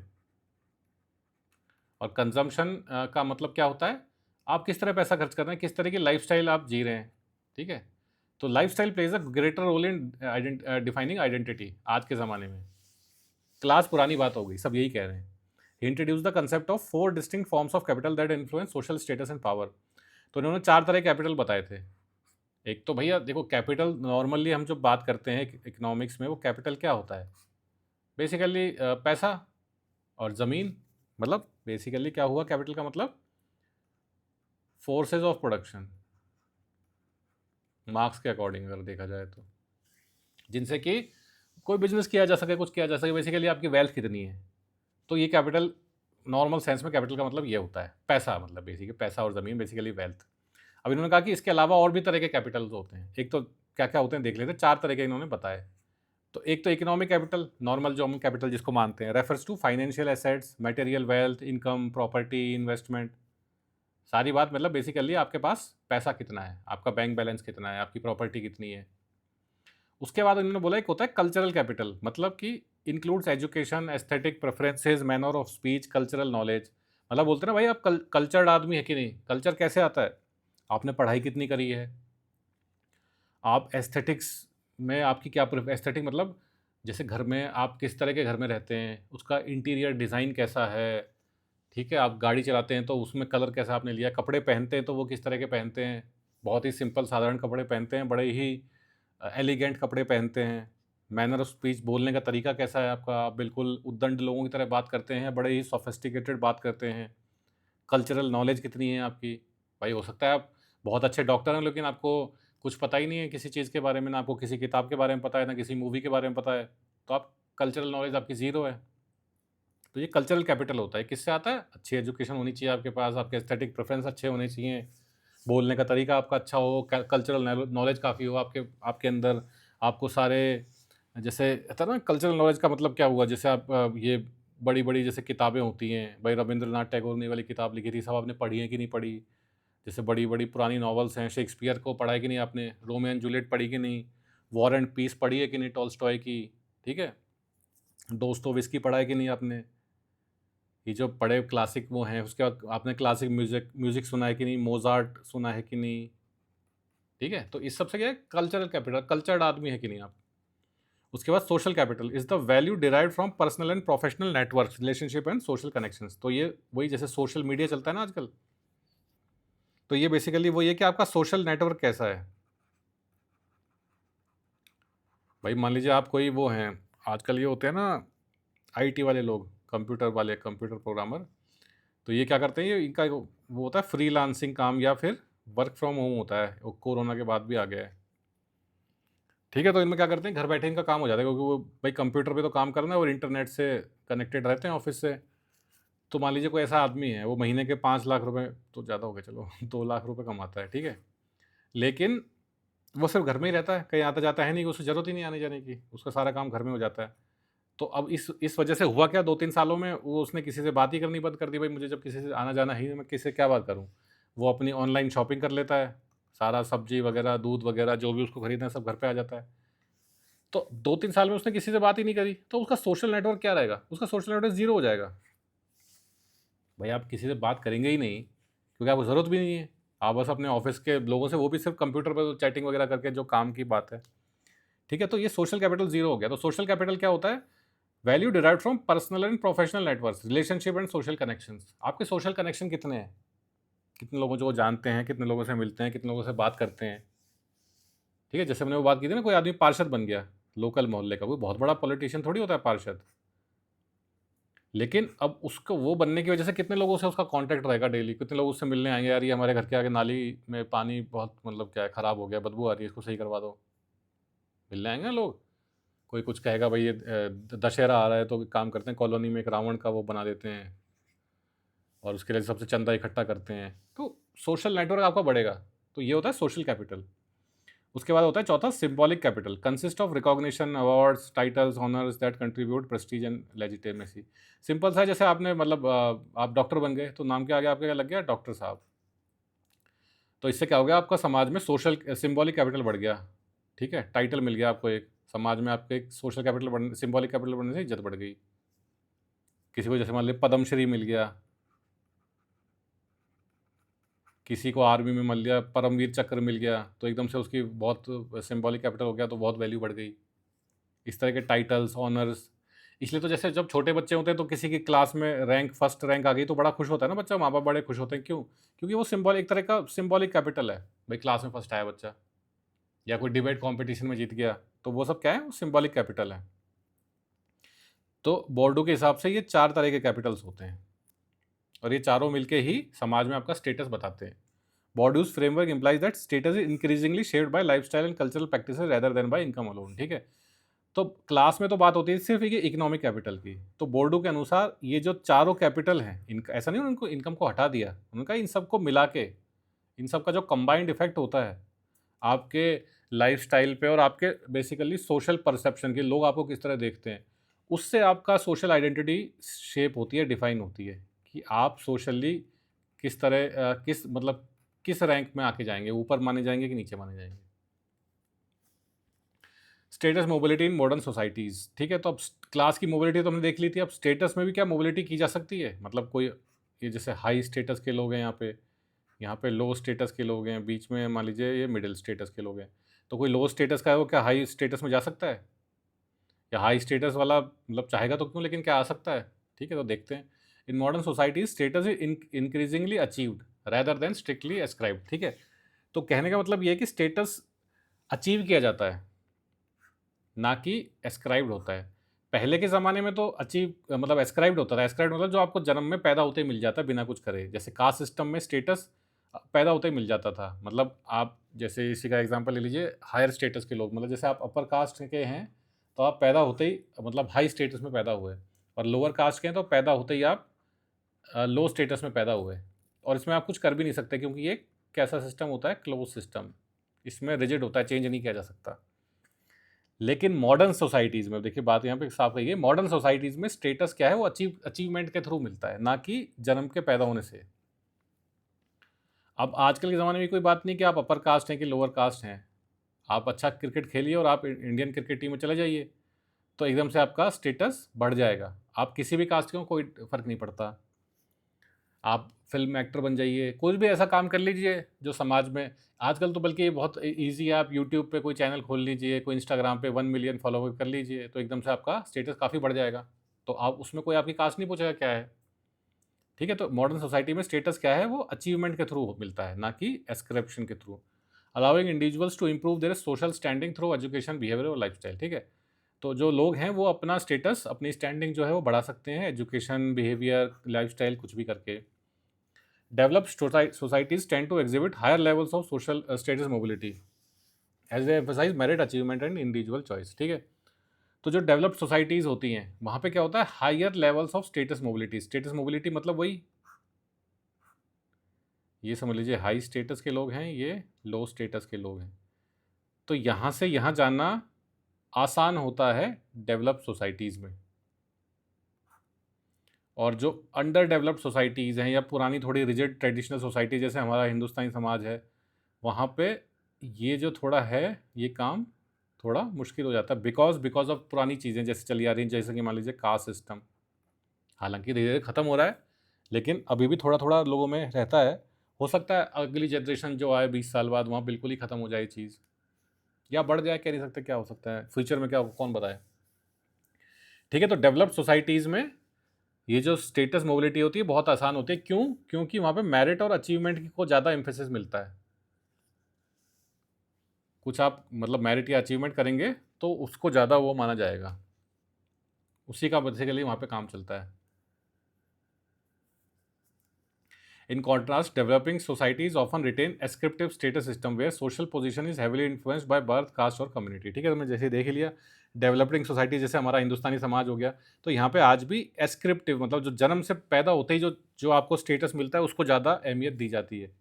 जैसे कि कास्ट सिस्टम हो गया, और भी मतलब जैसे मान लीजिए ज़मींदारी, आप ज़मींदार के घर में अच्छे पैदा हुए हैं तो वहाँ पे आप, लेकिन मैं वही बता रहा हूँ ना, ये सब तो पुरानी 1970s 80s तक ही चलता था इंडिया में, इवन 90s तक भी ले लीजिए। आज के ज़माने में कौन, मतलब हो सकता है गाँव में हो, लेकिन शहरों में तो ऐसा बहुत कम मिलता है देखने को। ठीक है, इंडियन एग्जांपल्स जैसे अब एक टर्म होती है संस्कृताइजेशन, ये एम.एन. श्रीनिवास ने कॉइन करी थी, इंडियन सोशियोलॉजिस्ट थे। इनको अच्छी तरह हमें डिटेल में पेपर 2 में पढ़ना है। ठीक है, तो इन्होंने क्या टर्म कॉइन की थी? संस्कृताइजेशन। इसमें क्या होता है? Is a process by which lower caste groups adopt upper caste customs and rituals to elevate their social status. ठीक है, अब देखिए समाज में क्या हुआ कि जो इंडियन समाज का एग्जांपल ले लेते हैं, तो अपर कास्ट के लोग ऊपर आए और लोअर कास्ट के लोग नीचे आए, तो यहाँ पे इनको मिला हायर स्टेटस और इनको मिला लोअर स्टेटस। तो अब अपर कास्ट के लोग सोचते हैं हम भी ऐसे जो ये काम करते हैं अपर कास्ट वाले, जिस मतलब बेसिकली लाइफस्टाइल, जैसे हमें पता है लाइफस्टाइल से भी वो होता है, तो लाइफस्टाइल इनकी जैसी है वैसे ही हम अपनी लाइफस्टाइल बना लें तो हम भी हायर स्टेटस की तरफ जा सकते हैं। तो अपर कास्ट के जो कस्टम्स थे, जैसे अपर कास्ट वाले लोग जैसे मान लीजिए नॉन वेज नहीं खाते, सिर्फ वेजिटेरियन फूड खाते हैं, तो कुछ लोअर कास्ट के लोग भी क्या करेंगे, वेजिटेरियन फूड खाने लग जाएंगे, या उनकी तरह उनकी जो लैंग्वेज है वो, इसलिए इस टर्म का नाम संस्कृताइजेशन भी इसलिए है क्योंकि संस्कृत को अपर कास्ट की लैंग्वेज माना जाता था। तो लोअर कास्ट भी जब संस्कृत बोलना शुरू करें तो मतलब वो अपर कास्ट की लाइफस्टाइल या प्रैक्टिसेस अडॉप्ट कर रहे हैं, किस लिए? कि अपने स्टेटस में एलिवेशन के लिए, कि हम भी हायर स्टेटस हों, हम भी उनके जैसे ही एक तरह से बन जाएं, या हमारा स्टेटस तो एटलीस्ट बढ़ ही जाए। ये जो चीज़ है संस्कृताइजेशन की, पेपर 2 में मतलब काफ़ी डिटेल में, तो वहीं पे ही इसको पढ़ना है। अभी तो हमने हल्का सा इसका इंट्रोडक्शन ले लिया। अब संस्कृताइजेशन की तरह वेस्टर्नाइजेशन है। अब इसमें फ़र्क ये है कि ये संस्कृताइजेशन तो कौन करता था? लोअर कास्ट के लोग की अपर कास्ट की प्रैक्टिसेस को। अब अंग्रेज़ों के सामने तो हम सारे लोअर कास्ट हैं मतलब अंग्रेज़ तो कहते हैं ना dogs and Indians are not allowed, वो कोई भेदभाव थोड़ी करते हैं कि भाई अपर कास्ट का आ सकता है लोअर कास्ट का, क्योंकि उनके लिए तो हम सारे के सारे ही वो हैं, क्या हैं हम? डॉग्स हैं ना इंडियंस अंग्रेज़ों के लिए।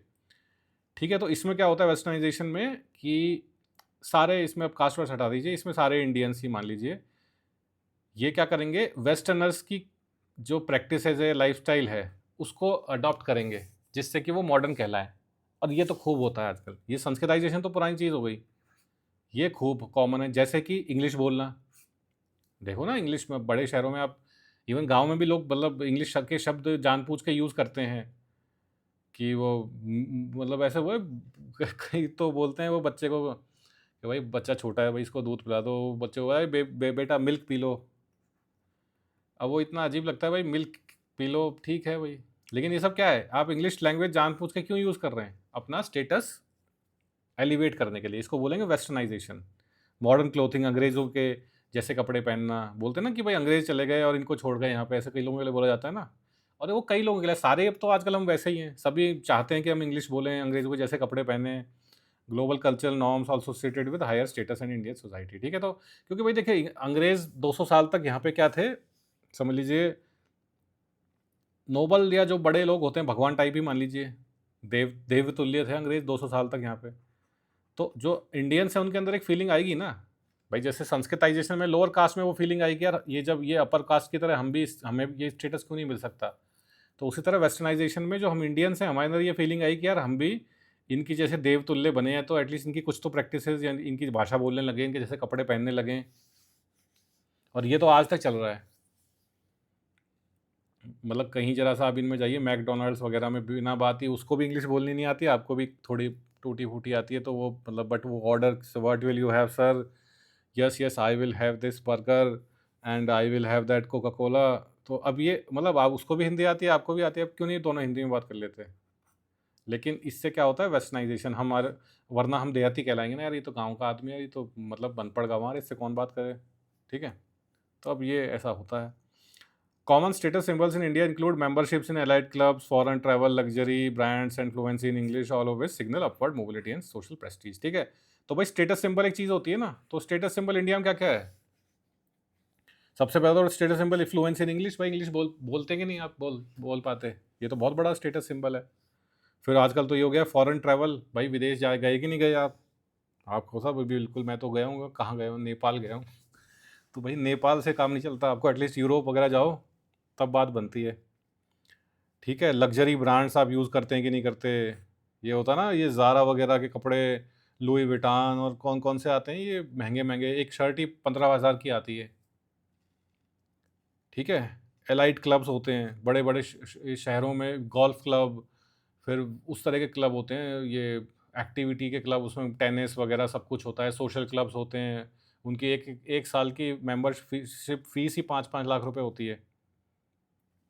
तो इस सबसे क्या होगा, स्टेटस बढ़ता है, ठीक है। तो हमने बात कर ली क्लास की, उसके बाद कर ली स्टेटस की, अब तीसरी जो चीज़ जो बची है हमारे पास वो है जेंडर। तो सोशल स्ट्रेटिफिकेशन ऑफ जेंडर। तो अब तो हमने क्या कहते थे भाई, ये सोशल स्ट्रेटिफिकेशन ऐसे ऐसे देखते थे ना, तो इसमें अब जैसे ऊपर आ गए, जैसे कास्ट सिस्टम ही था भाई, अपर कास्ट और लोअर कास्ट, ठीक है। अब यहाँ पे जो बात करनी है वो जेंडर। अब तो जेंडर है तो भाई सीधी सच्ची बात है कि यहाँ पे मेल्स यहाँ पे और फीमेल्स यहाँ पे, ऐसा ही होता था ना ट्रेडिशनल सोसाइटी में, क्या गलत बात है इसमें? पैट्रियार्कल सोसाइटी थी सब जगह, और males were suppose to be मतलब मोर डोमिनेंट देन फीमेल्स। और इंडिया में तो एटलीस्ट अब आजकल तो इतना नहीं है, लेकिन पहले मतलब एटलीस्ट 90s तक तो सब चाहते थे कि भाई एटलीस्ट वन मेल चाइल्ड तो हो ही।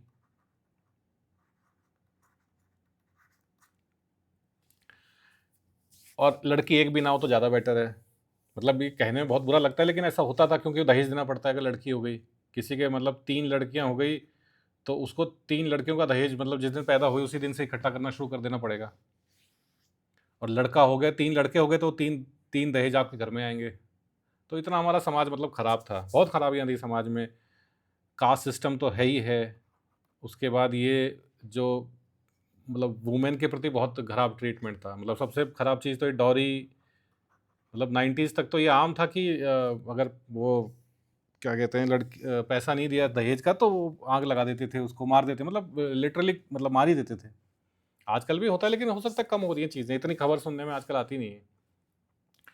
Traditional views have gender stratification is a universal phenomena and one of the oldest and most persistent forms of social inequality, ठीक है। तो ये जैसे मैंने कहा ना कि यार हमारा देश ऐसा था, तो ऐसा नहीं कि ये भारत की बात है, इट्स अ यूनिवर्सल फिनोमेना। बस बात ये है कि वहाँ पे जो हमारा जैसे देश आज जहाँ पे पहुँचा है, जिस जिस जिन हालातों में थोड़ा मतलब सुधार हो रहा है, तो बाकी जगह ऑलरेडी हो चुका है।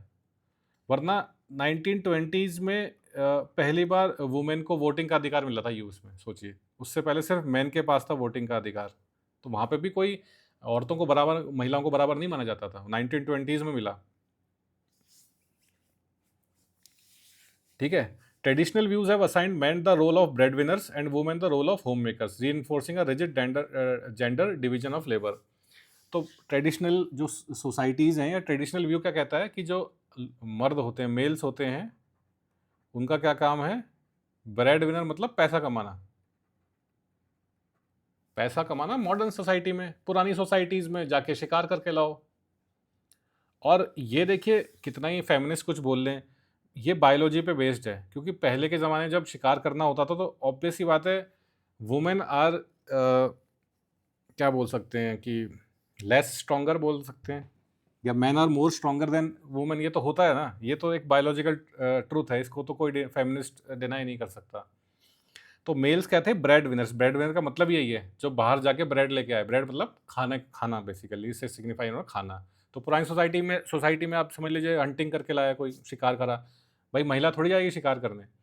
महिला का काम क्या है, क्योंकि महिला का दूसरा रोल ये भी है ना कि महिला बच्चों को जन्म देती है, महिला बच्चों को दूध पिलाती है, उन्हीं को बड़ा करती है। तो women were suppose to be home makers, females क्या करेंगी, होम मेकर्स, वो घर पे रह के घर को संभालेंगी, और मेल्स जो हैं बाहर जाके आज के ज़माने में समझ लीजिए पैसा कमा के लाएंगे। 90s तक तो ऐसे ही सिचुएशन चलती थी। आजकल लेकिन क्या है, समाज बदल गया है, दोनों मेल एंड फीमेल बराबरी का पैसा कमाते हैं, बराबरी की जॉब्स करते हैं। According to thinkers like George Mudrock and Talcott Parsons, gender roles are seen as natural and functionally necessary for smooth functioning of society. तो भाई फंक्शनलिस्ट जो हमने कई बार देखा, फंक्शनलिस्ट का तो एक ही कहना होता है क्या, कि समाज में कोई भी चीज़ है, कोई व्यवस्था है, कुछ है, तो उसकी ज़रूरत है इसलिए वो एग्जिस्ट करती है। तो उन्होंने कहा भाई अगर जैसे मेल्स एंड फीमेल्स में जो भेदभाव है या अलग अलग उनके रोल्स डिफाइंड हैं, वो इसलिए डिफाइंड है क्योंकि उसकी वजह से समाज स्मूथली चलता है, स्मूथ फंक्शनिंग ऑफ सोसाइटी। एक तरह से सही भी है भाई, अगर दोनों, और प्रॉब्लम्स ही मॉडर्न समाज में आ रही हैं भाई। बड़े शहरों में मेल एंड फीमेल या हस्बैंड एंड वाइफ दोनों वर्किंग है, दोनों ऑफिस जा रहे हैं 9 to 5, तो भाई घर पे बच्चों को कौन संभालेगा। अब इसमें महिलाएं कहेगी भाई हम क्यों संभालें, तो मैं इसमें बिल्कुल कुछ नहीं कह रहा कि महिलाएं संभालें कि मेल संभालें, जिसको संभालना है संभालें, बस प्रॉब्लम्स आने लग गई हैं, मैं तो इतना कह रहा हूँ। क्योंकि अगर दोनों ही जॉब पे जाएंगे तो घर पे कौन रहेगा। पहले रोल डिफाइंड थे कि भाई मेल जो है वो घर से बाहर जाएगा, पैसा कमा के लाएगा, फीमेल घर पे रहेगी, बच्चों को पालेगी, खाना बनाएगी, घर साफ रखेगी।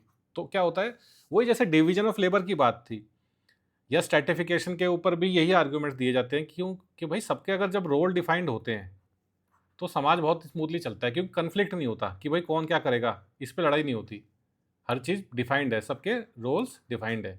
तो पहले घर में भी यही होता था, रोल डिफाइंड होते थे। आजकल नए जो शादियाँ हो रही हैं, न्यू फैमिलीज बन रही हैं, उनमें बहुत प्रॉब्लम आएगी, आएगी ना भाई। दोनों अगर जॉब पे जा रहे हैं तो फिर कौन बच्चों को संभालेगा, या कौन दोनों रात भाई, बड़े शहरों में तो ऑफिस से आते आते 8 बज जाते हैं। 8 बजे आके जो ऑफिस में काम करके आया उसको बस इतना होता है कि वो किस तरह अपने कपड़े खोल के खाना खा के सो जाए। अब सोचो अगर महिला जो है, वाइफ जो है, वो भी ऑफिस से 8 बजे आ रही है, तो ऑब्वियसली फिर आपको क्या करना पड़ेगा, मेड लगानी पड़ेगी। और अगर आप 8 बजे आ रहे हैं तो फिर बच्चों का क्या होगा। तो इसलिए जो फंक्शनलिस्ट कहते हैं, जैसे टालकोट पार्सन्स और जॉर्ज मुड्रोक जो कह रहे हैं कि जो ट्रेडिशनल रोल्स थे वो नेचुरल थे और फंक्शनली नेसेसरी थे, इससे ही समाज स्मूथली चलता था। आज जो प्रॉब्लम्स आ रही हैं वो पहले नहीं आती थी। Biological theories such as Lionel Tiger and Robin Fox argue that gender roles arise from inherent biological differences between man and women. तो इनका कहना है, बायोलॉजिकल थ्योरिस्ट वो होते हैं जो बायोलॉजी की बेसिस पे ह्यूमन बिहेवियर को एक्सप्लेन करते हैं। तो जैसे इनमें 2 नाम दे दिए हैं, इन नामों को आप लिख के आ सकते हैं एग्जाम में अच्छे नंबर लाने के लिए। तो इनका कहना है कि इनहेरेंट बायोलॉजिकल डिफरेंसेस हैं, उसकी वजह से जेंडर रोल अलग अलग हैं। जैसे कि क्या इनहेरेंट बायोलॉजिकल डिफरेंस है। पहला डिफरेंस सबसे बड़ा ये है कि जो फीमेल्स होती हैं वो ही बच्चों को जन्म देती हैं, चाइल्ड बर्थ, बच्चों को जन्म ही नहीं देती, उसके बाद उनको जैसे दूध पिलाना, उनको बड़ा करना, ये सब प्राइमरली फीमेल का ही काम है। मेल फिजिकली फीमेल से स्ट्रॉन्गर होते हैं, ज़्यादा तेज भाग सकते हैं, उनका मतलब ज़्यादा उनमें एक तरह से वो फिजिकल कैपेसिटी ज़्यादा होती है। तो ट्रेडिशनली जब समाज जैसा था तो उसमें जब शिकार उकार करना पड़ता था, इवन आज से 100 साल पहले जैसे खेती करनी पड़ती थी, उसमें हल चलाना है, बैलों को उसके ऊपर हल लगाना, तो उसमें क्या होता है, सब में फिजिकल लेबर रिक्वायर्ड होती है, पेड़ से लकड़ी काट के लानी है। तो जो ज़्यादा फिजिकली फिट है या जो ज़्यादा फिजिकली केपेबल है वही तो ये सब काम करेगा। और जिसको बायोलॉजी ने या नेचर ने चाइल्ड बर्थ का एक तरह से मौका दिया है वो है फीमेल, तो उसको वो काम करना पड़ेगा। तो इसलिए बायोलॉजिकल थ्योरिस्ट लियोनेल टाइगर और रॉबिन फॉक्स का कहना है कि बायोलॉजिकल जो डिफरेंसेस हैं इसी की वजह से जेंडर रोल्स अलग अलग हैं, और जो कि सही बात भी है ना, इसमें आप कैसे इसका क्या वो दे सकते हैं। लेकिन इसका वो दे सकते हैं, कौन देते हैं, वो होते हैं फेमिनिस्ट। अब वो फेमिनिस्ट जैसे एक कहें एन ओकले, ये ब्रिटिश सोशलॉजिस्ट हैं। Ann Oakley basically feminist historian and sociologist.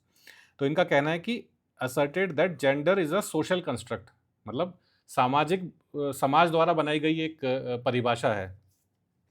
Meaning that roles assigned to man and women are culturally shaped not biologically fixed. मतलब कि क्या, कि भाई बायोलॉजी ने ऐसा कुछ नहीं बनाया कि महिलाएं घर पे रहेंगी और खाना बनाएंगी और मेल बाहर जाएंगे और लकड़ी काट के लाएंगे या शिकार करके लाएंगे। ये समाज ने ऐसा बनाया है। भाई जैसे इनका आर्ग्यूमेंट ये है कि जैसे बचपन से ही लड़कियों को लड़की वाले कपड़े पहनाए जाते हैं ना, भाई लड़की होगी तो उसे छोटी लड़कियों को क्या पहनाते हैं ये,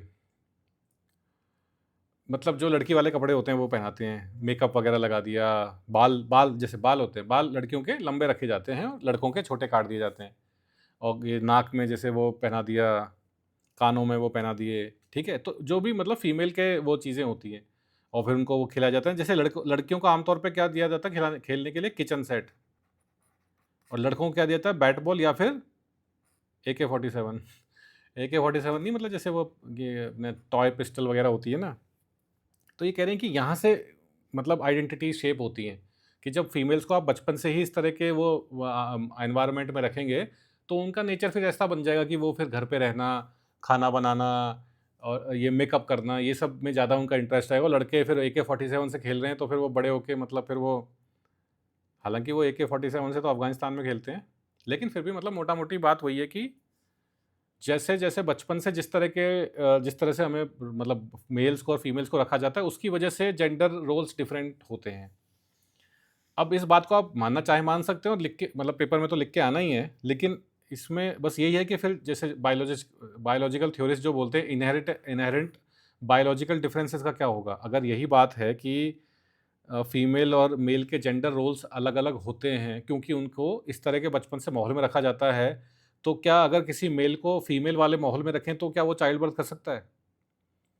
मतलब अगर ऐसा ही है तो बायोलॉजिकल डिफरेंस कुछ है ही नहीं। मतलब फिर तो अगर मेल को बचपन से लड़की की तरह ट्रीट करें, उसको लड़की वाला मेकअप करें, बाल उसके लंबे कर दें, तो क्या जब वो 20 साल का होगा तो वो क्या चाइल्ड बर्थ कर सकता है?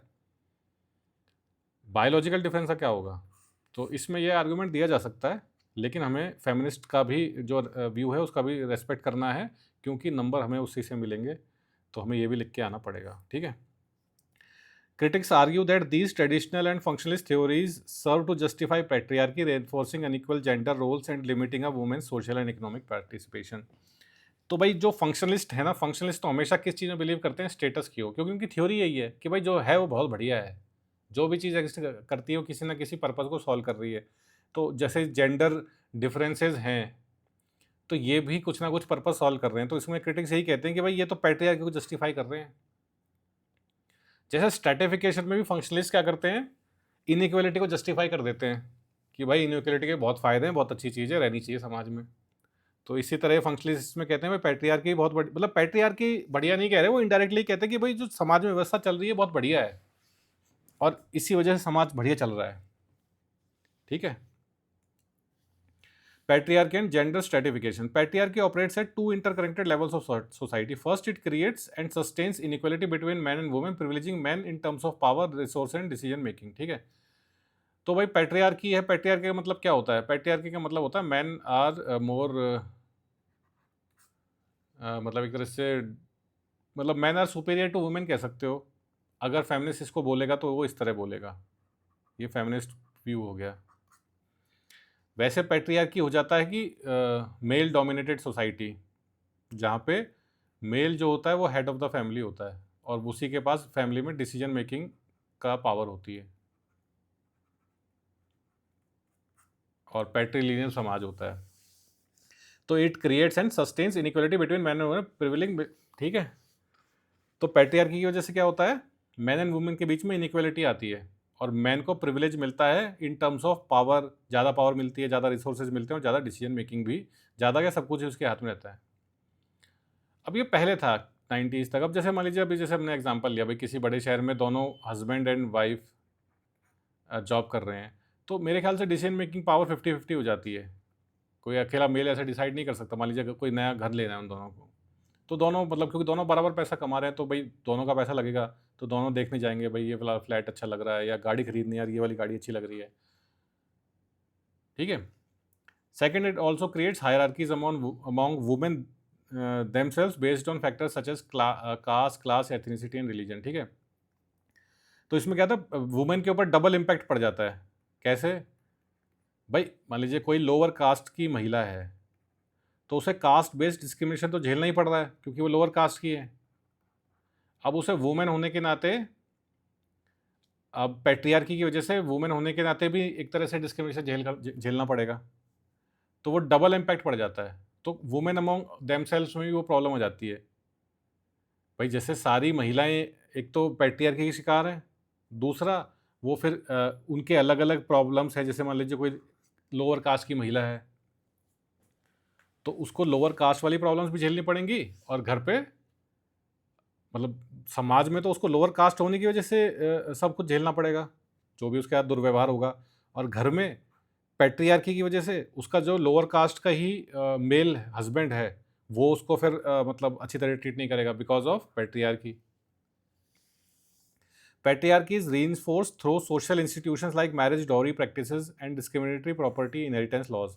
तो पैट्रियार्की किस तरह आगे बढ़ती है? शादी में, भाई मैरिज में वुमेन का कोई से नहीं होता, जो घर के मेल्स होते हैं वही डिसाइड कर लेते हैं, भाई अब इसकी शादी इससे करवा दो, इसका ये करा दो। फिर दहेज प्रथा, ये भी पूरी तरह से पैट्रियार्की की एक तरह से मानी जा सकती है, कि जिसमें भाई अगर मतलब वही है कि लड़की की शादी जब होती है, जब वो उसके जो फादर हैं वो पैसा देंगे, इससे क्या होता है लड़की को फिर बोझ मानने लगते हैं। इसलिए 90s तक वो जो था कि लड़कियां पैदा नहीं होनी चाहिए। भाई जब लड़की की शादी में दहेज देना पड़ेगा तो कौन चाहेगा कि लड़की घर में उसके पैदा हो, और लड़के के पैदा होने से दहेज आपके पास आएगा तो सब चाहेंगे कि भाई लड़का पैदा हो। It also sustained by the gender division of labour where domestic role such as care giving and motherhood are assigned primarily to women. ठीक है, तो इसमें क्या होता है? जेंडर डिवीजन ऑफ लेबर मतलब division of labour on the basis of gender. और इसमें क्या होगा? जैसे जेंडर स्पेसिफिक रोल है जैसे मदरहुड और care giving, it is primarily assign to women. अब लेकिन वही बात है, इसको आप सही माने गलत, भाई जो नेचर ने जिसको दिया है वही तो वो करेगा। इवन इसमें कोई खाली ह्यूमंस की बात ही नहीं है, आप एनिमल्स में भी देख लीजिए कि जो फीमेल एनिमल्स होती हैं वो वही बच्चों को पैदा करती हैं, तो वही उनको जैसे दूध पिलाना या अपने साथ जब तक वो बड़े नहीं हो जाते। ठीक है, तो ये तो नेचर का वो है, इसमें नेचर से आप जाके फिर बात करिए कि भाई ऐसा क्यों है। As a result women experience unequal access to power, property, financial resources and personal autonomy in both public and private spheres. ठीक है, तो वो तो है ही भाई। अब इसकी वजह से वुमेन्स को हर जगह अनइक्वल एक्सेस मिलेगा, उनको पावर भी कम मिलेगी, प्रॉपर्टी पे अधिकार भी कम मिलेगा, फाइनेंशियल रिसोर्सेज भी कम मिलेंगे। लेकिन अब धीरे धीरे जैसे आज के ज़माने में देखिए ना, किसी कोई आईटी कंपनी है, वहाँ पे कोई निकला भाई जॉब का वो नोटिफिकेशन, भाई हमको एक सॉफ्टवेयर डेवलपर चाहिए, तो उसमें कहीं ऐसा थोड़ी लिखा था कि भाई जैसे for male candidate salary is 50,000 per month और female candidate salary is 20,000 per month. ऐसा थोड़ी होता है भाई, कोई भी आए मेल हो चाहे फीमेल, तो भाई सैलरी 50,000 है, जो इंटरव्यू क्लियर कर लेगा वो 50,000 सैलरी ले सकता है। तो समाज में ये सब चीज़ें धीरे धीरे बदल रही हैं, पहले जो था वो उतना रहा नहीं। मार्क्सिस्ट एंड फेमिनिस्ट पर्सपेक्टिव्स क्या कहते हैं ये? Marx and Engels argued that women's oppression is rooted in the rise of private property and the capitalist mode of production. तो भाई मार्क्सिस्टों का तो भाई कहीं भी कोई बात कर लो तो इनका तो वही ले दे के वही बात आती जाती है, प्राइवेट प्रॉपर्टी और मोड ऑफ प्रोडक्शन, कैपिटलिस्ट मतलब वही बर्जुआ वर्सेस प्रोलेटेरिएट। इसकी वजह से अभी कह रहे हैं कि वुमेन ऑपरेशन भी इसी वजह से होता है। They believed capitalism is a double-edged system. For women it exploits them economically while drawing them into the labor force. Double-edged system मतलब भाई जैसे दो धारी तलवार होती है ना, डबल एज स्वॉर्ड बोलते हैं जिसको। तो डबल एज स्वॉर्ड या दो धारी तलवार को होता है कि उसको अच्छा भी माना जाता है और बुरा भी माना जाता है, good and bad at the same time. क्यों? क्योंकि जैसे दो धारी तलवार होती थी ना, तो इसके दोनों तरफ वो होता है, मतलब दोनों तरफ से ये धार बहुत तेज़ होती है, तो दोनों तरफ से ये काट सकती है। तो इसमें क्या है ना, फ़ायदा तो इसका ये होता है कि दोनों तरफ से आप दुश्मन को मार सकते हो, लेकिन ये आपकी तरफ वाला जो हिस्सा है वो भी इसका धारदार है, तेज़ है, तो कई बार खुद को भी लग सकती है, सेल्फ हार्म भी हो सकता है। इसलिए ये क्या है, गुड एंड बैड। तो कोई भी चीज़ जिसके दोनों एस्पेक्ट हों, गुड और बैड, उसको हम डबल एजेड बोल देते हैं। तो ये कह रहे हैं कि महिलाओं के लिए कैपिटलिज्म तो क्या है, वो डबल एज सिस्टम है, गुड भी है और बैड भी है। गुड कैसे है कि वो उनको लेबर फोर्स में लेके आता है। भाई कैपिटलिज्म में कोई डिस्क्रिमिनेशन नहीं होता मेल एंड फीमेल के बेसिस पे, कोई भी काम, जैसे हमने वो आईटी कंपनी का एग्जांपल लिया ना कि भाई मेल एंड फीमेल कोई भी आओ, काम करो, पैसा ले जाओ, तो एक तरह से उनको एम्प्लॉयमेंट देता है, तो एम्पावरमेंट आता है, पैसा कमा सकती हैं महिलाएं।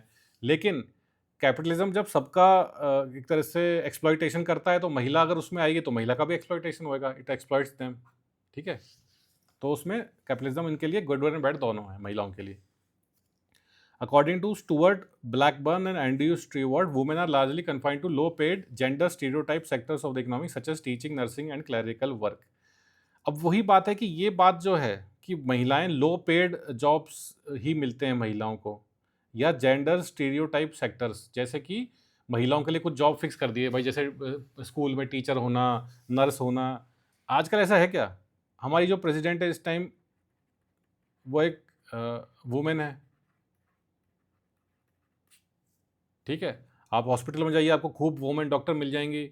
आप बैंक में जाइए, बैंक मैनेजर आपको वुमेन मिल जाएंगी। इवन आर्मी में आजकल वुमेन जा रही हैं, ठीक है। तो ये बात पुरानी है, लेकिन फिर भी हमें जब आंसर में नंबर चाहिए तो हमें ये लिखना पड़ेगा, ठीक है।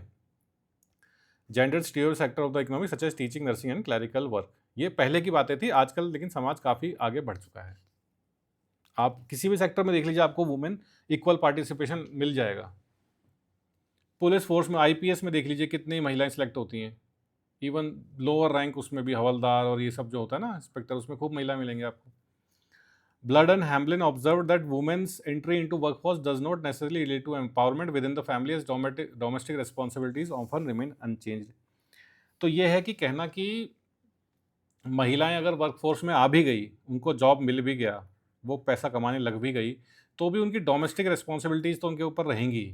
जैसे कि भाई घर में खाना बनाना, अब चाइल्ड बर्थ, उसके बाद बच्चों की केयर करना, ठीक है। तो उससे उनका ट्रू एम्पावरमेंट नहीं हो पाता।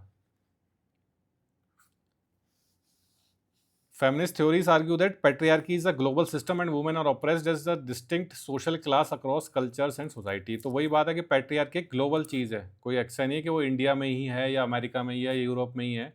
हर समाज में पैट्रियार्की है, लेकिन ये चीज़ें भी अब धीरे धीरे बदलती जा रही हैं। अमेरिकन समाज हो या यूरोपियन हो या इंडियन हो, चीज़ें थोड़ा बेटर हो रही हैं, मेल और फीमेल इक्वल होते जा रहे हैं।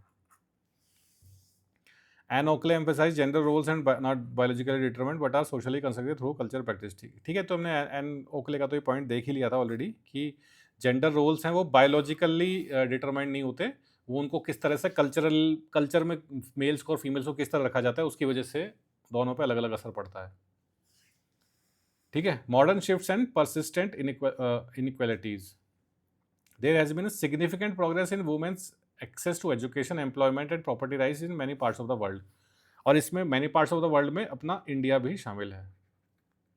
जैसे हमने अभी बात करी ना, आप कितने एम्प्लॉयमेंट में देख लीजिए, पुलिस फोर्स हो या फिर डॉक्टर्स हों या फिर बैंक हो, इवन जो रोडवेज बस होती हैं सरकारी, उसमें महिला कंडक्टर भी मैंने देखी।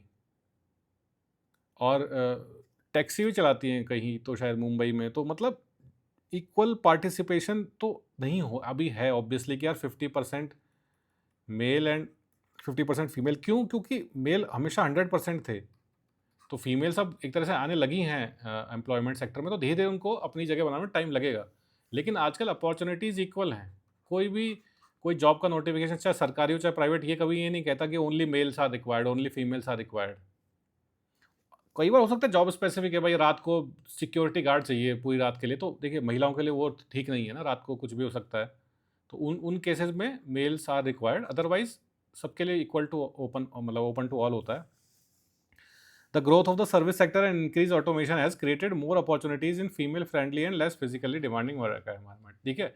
तो अब ये भाई देखो, फेमिनिस्ट इस बात को मानेंगे लेकिन एक बात तो कहनी पड़ेगी ना, male are more physically stronger than females. तो ट्रेडिशनल, जैसे अभी हमने सिक्योरिटी वाले की बात करी, भाई पूरी रात के लिए सिक्योरिटी गार्ड चाहिए, तो ये महिला ये जॉब क्यों नहीं कर सकती? क्योंकि महिला उतनी फिजिकली स्ट्रॉन्ग एक तो नहीं होती है, दूसरा फिर अब महिलाओं के साथ और भी प्रॉब्लम्स हैं भाई, जैसे रात को कुछ ख़राब लोग आ जाएं, कुछ हो जाए, तो एक अकेली महिला को देख के वो कुछ भी गलत कर सकते हैं, ठीक है। इसीलिए आप जैसे क्या कह रहे हैं कि सर्विस सेक्टर में ऑटोमेशन एक तो सर्विस सेक्टर बढ़ गया। अब सर्विस सेक्टर में क्या होता है? सर्विस सेक्टर में ज़्यादातर किस तरह की कंपनीज होती हैं?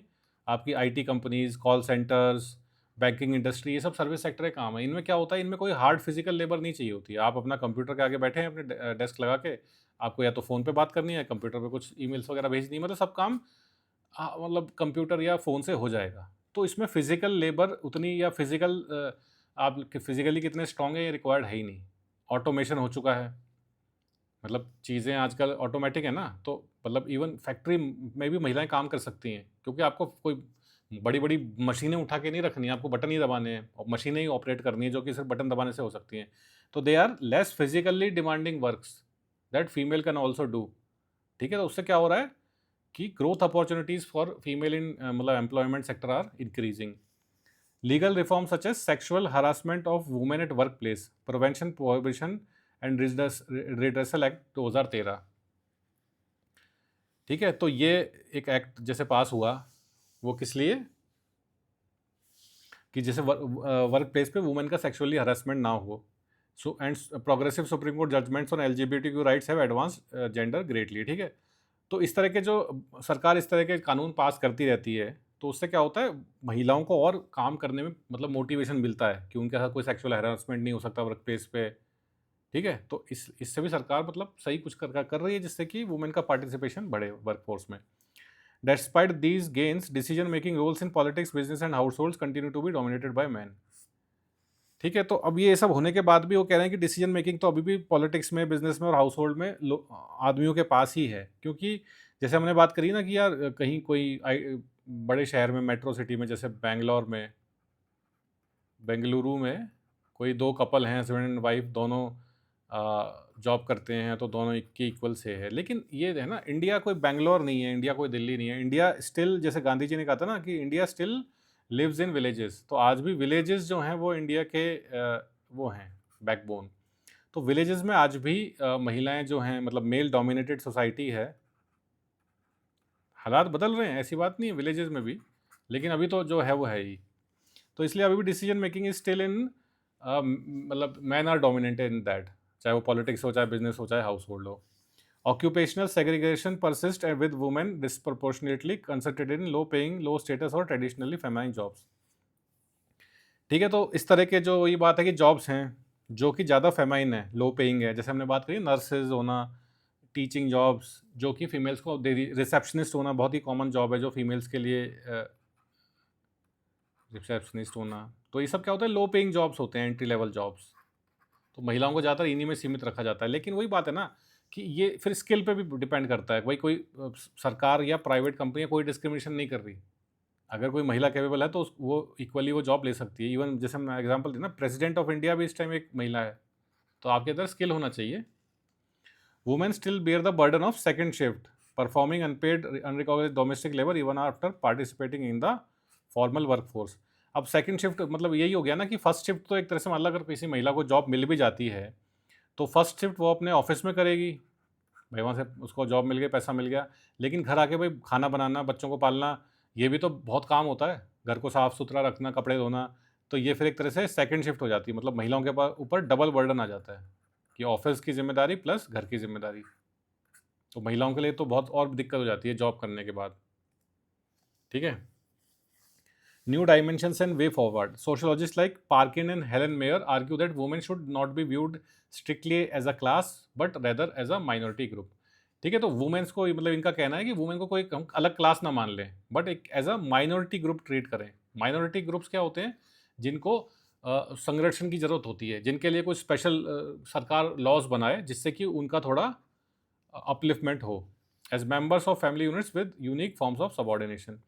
The inclusion of LGBTQ plus individuals in legal and social discourse has been advanced by landmark Supreme Court rulings in India such as, अब जैसे ये LGBTQ भी हो गया, अब ये मतलब वुमेन वाली बात तो नहीं है, लेकिन फिर भी एक जेंडर वाली बात आ जाती है इसमें, क्योंकि ये क्या होते हैं, थर्ड जेंडर होते हैं ये, मेल फीमेल, फिर आजकल ये LGBTQ जो है ये इसको थर्ड जेंडर मान सकते हैं। आप मान सकते हैं कि ये 2014 का जो ये था NALSA versus union of India वाला केस जो था, इसमें लैंडमार्क डिसीजन आया था कि इंडिया ने रिकॉग्नाइज कर लिया था कि भाई मेल फीमेल और एक थर्ड जेंडर, ट्रांसजेंडर या थर्ड जेंडर जो भी है, तो वो भी एक एंटिटी है, मतलब उनको भी इक्वल फंडामेंटल राइट्स और सब मिलेगा। ठीक है, उसके बाद ये 2018 वाला नवतेज जौहर वर्सेस यूनियन ऑफ इंडिया, तो इसमें जो ये होमोसेक्सुअलिटी है इसको लीगल कर दिया गया था। तो होमोसेक्सुअलिटी पहले, क्योंकि पहले जो सेक्शन 377 है वो इंडियन पीनल कोड का, क्योंकि वो अंग्रेज़ों के ज़माने का चला आ रहा था, तो उस ज़माने में तो ये सब चीज़ें बहुत गलत मानी जाती थी। अब ऐसा मैं नहीं कह रहा कि आज के ज़माने में सही है, सब पर्सनल प्रेफरेंस की बात है, जिसको जैसा अच्छा लगता है वो करे, ठीक है। तो 2018 में सुप्रीम कोर्ट ने इसको लीगल कर दिया था, होमोसेक्सुअलिटी जो एक्ट है वो लीगल है। तो इस तरह हमारा देश भी मतलब प्रोग्रेसिव, इसको इन चीज़ों को प्रोग्रेसिव माना जाता है आजकल। भाई एक्सेप्टेंस ऑफ होमोसेक्सुअलिटी, है ना, ट्रांसजेंडर को भी एक जेंडर मानना, एक एंटिटी मानना, एक ह्यूमन बीइंग मानना, ये सब क्या मानी जाती है चीज़ें, प्रोग्रेसिव डेवलप्ड वर्ल्ड की निशानियां मानी जाती है। तो हमारा देश भी, हमारी सरकार भी इस तरह के डिसीजन ले रही है कि हम भी एक प्रोग्रेसिव डेवलप्ड कंट्री होने की ओर आगे बढ़ रहे हैं, ठीक है। Conclusion, although gender stratification is gradually declining in many societies, it has not been completely dismantled, ठीक है। वही जैसे हमने कहा, इंडिया में भी जो जेंडर स्ट्रेटिफिकेशन है, मतलब मेल और फीमेल के बीच में जो डिफरेंसेस हैं वो धीरे धीरे कम होते जा रहे हैं, और मेल और females equal to each other होते जा रहे हैं। एम्प्लॉयमेंट में भी जैसे हमने देखा, कोई किसी तरह का आजकल भेदभाव नहीं रह गया है, सबको बराबर ही अधिकार है। हमारी प्रेसिडेंट तक एक महिला हैं। लेकिन इट हैज़ नॉट कंप्लीटली, तो वो मैंने भी कहा ना, विलेजेस में आज भी मेल डोमिनेटेड सोसाइटी है, तो कंप्लीटली ख़त्म तो नहीं हुआ है। लेकिन अब जब हमने आज़ादी के 70-80 सालों में इतना कर लिया है, तो और आने वाले 50 सालों में और देश थोड़ा मतलब इन चीज़ों में काम करेगा, तो हो सकता है और ख़त्म होए। Achieving true equality requires comprehensive legal, social and cultural reforms that address both visible and subtle forms of discrimination, ठीक है। तो ट्रू इक्वलिटी कैसे आएगी भाई? Comprehensive legal, social and cultural reforms आने चाहिए। लीगल मतलब सरकार नए कानून बनाए, सोशल मतलब कुछ ये सामाजिक जो कार्यकर्ता होते हैं ये सब करें, कल्चरल लोग खुद या सरकार भी इस तरह के एडवर्टीजमेंट वगैरह बना सकती है।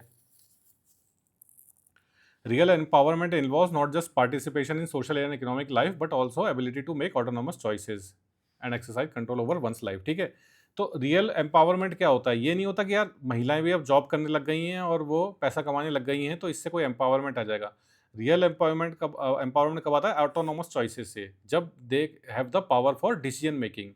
जब तक मेल फैमिली में सिर्फ मेल्स के पास ही पावर ऑफ डिसीजन मेकिंग है, तब तक महिलाओं का ट्रू एम्पावरमेंट नहीं होगा। जब, और ऐसा नहीं कि सिर्फ महिलाओं के पास आए, मतलब बराबरी हो, मेल इक्वल टू फीमेल हो, डिसीजन मेकिंग की पावर एक घर में दोनों के पास बराबर हो, मेल के पास भी या फीमेल के पास भी, तो उसी को हम फिर क्या कहेंगे? Real empowerment of both man and women, ठीक है। तो इस वीडियो में हमने देखा क्या? स्ट्रेटिफिकेशन ऑफ, सबसे पहले देखा था क्लास, फिर देखा जेंडर, एंड फिर देखा, नहीं क्लास देखा, जेंडर, हाँ उससे पहले देखा था एक स्टेटस, ठीक है। तो तीनों को अच्छी तरह हमने कॉम्प्रिहेंसिवली कवर कर लिया है। अब इसमें दो और बचे हैं हमारे पास, एक है एथनिसिटी और दूसरा है रेस। तो इनको एक पार्ट वी मतलब बी बना लेंगे वीडियो का, क्योंकि ऑलरेडी इतना बड़ा वीडियो हो गया है, तो उसमें इन दोनों को फिर अलग से देख लेंगे, ठीक है। तो इस वीडियो में इतना ही, थैंक्स।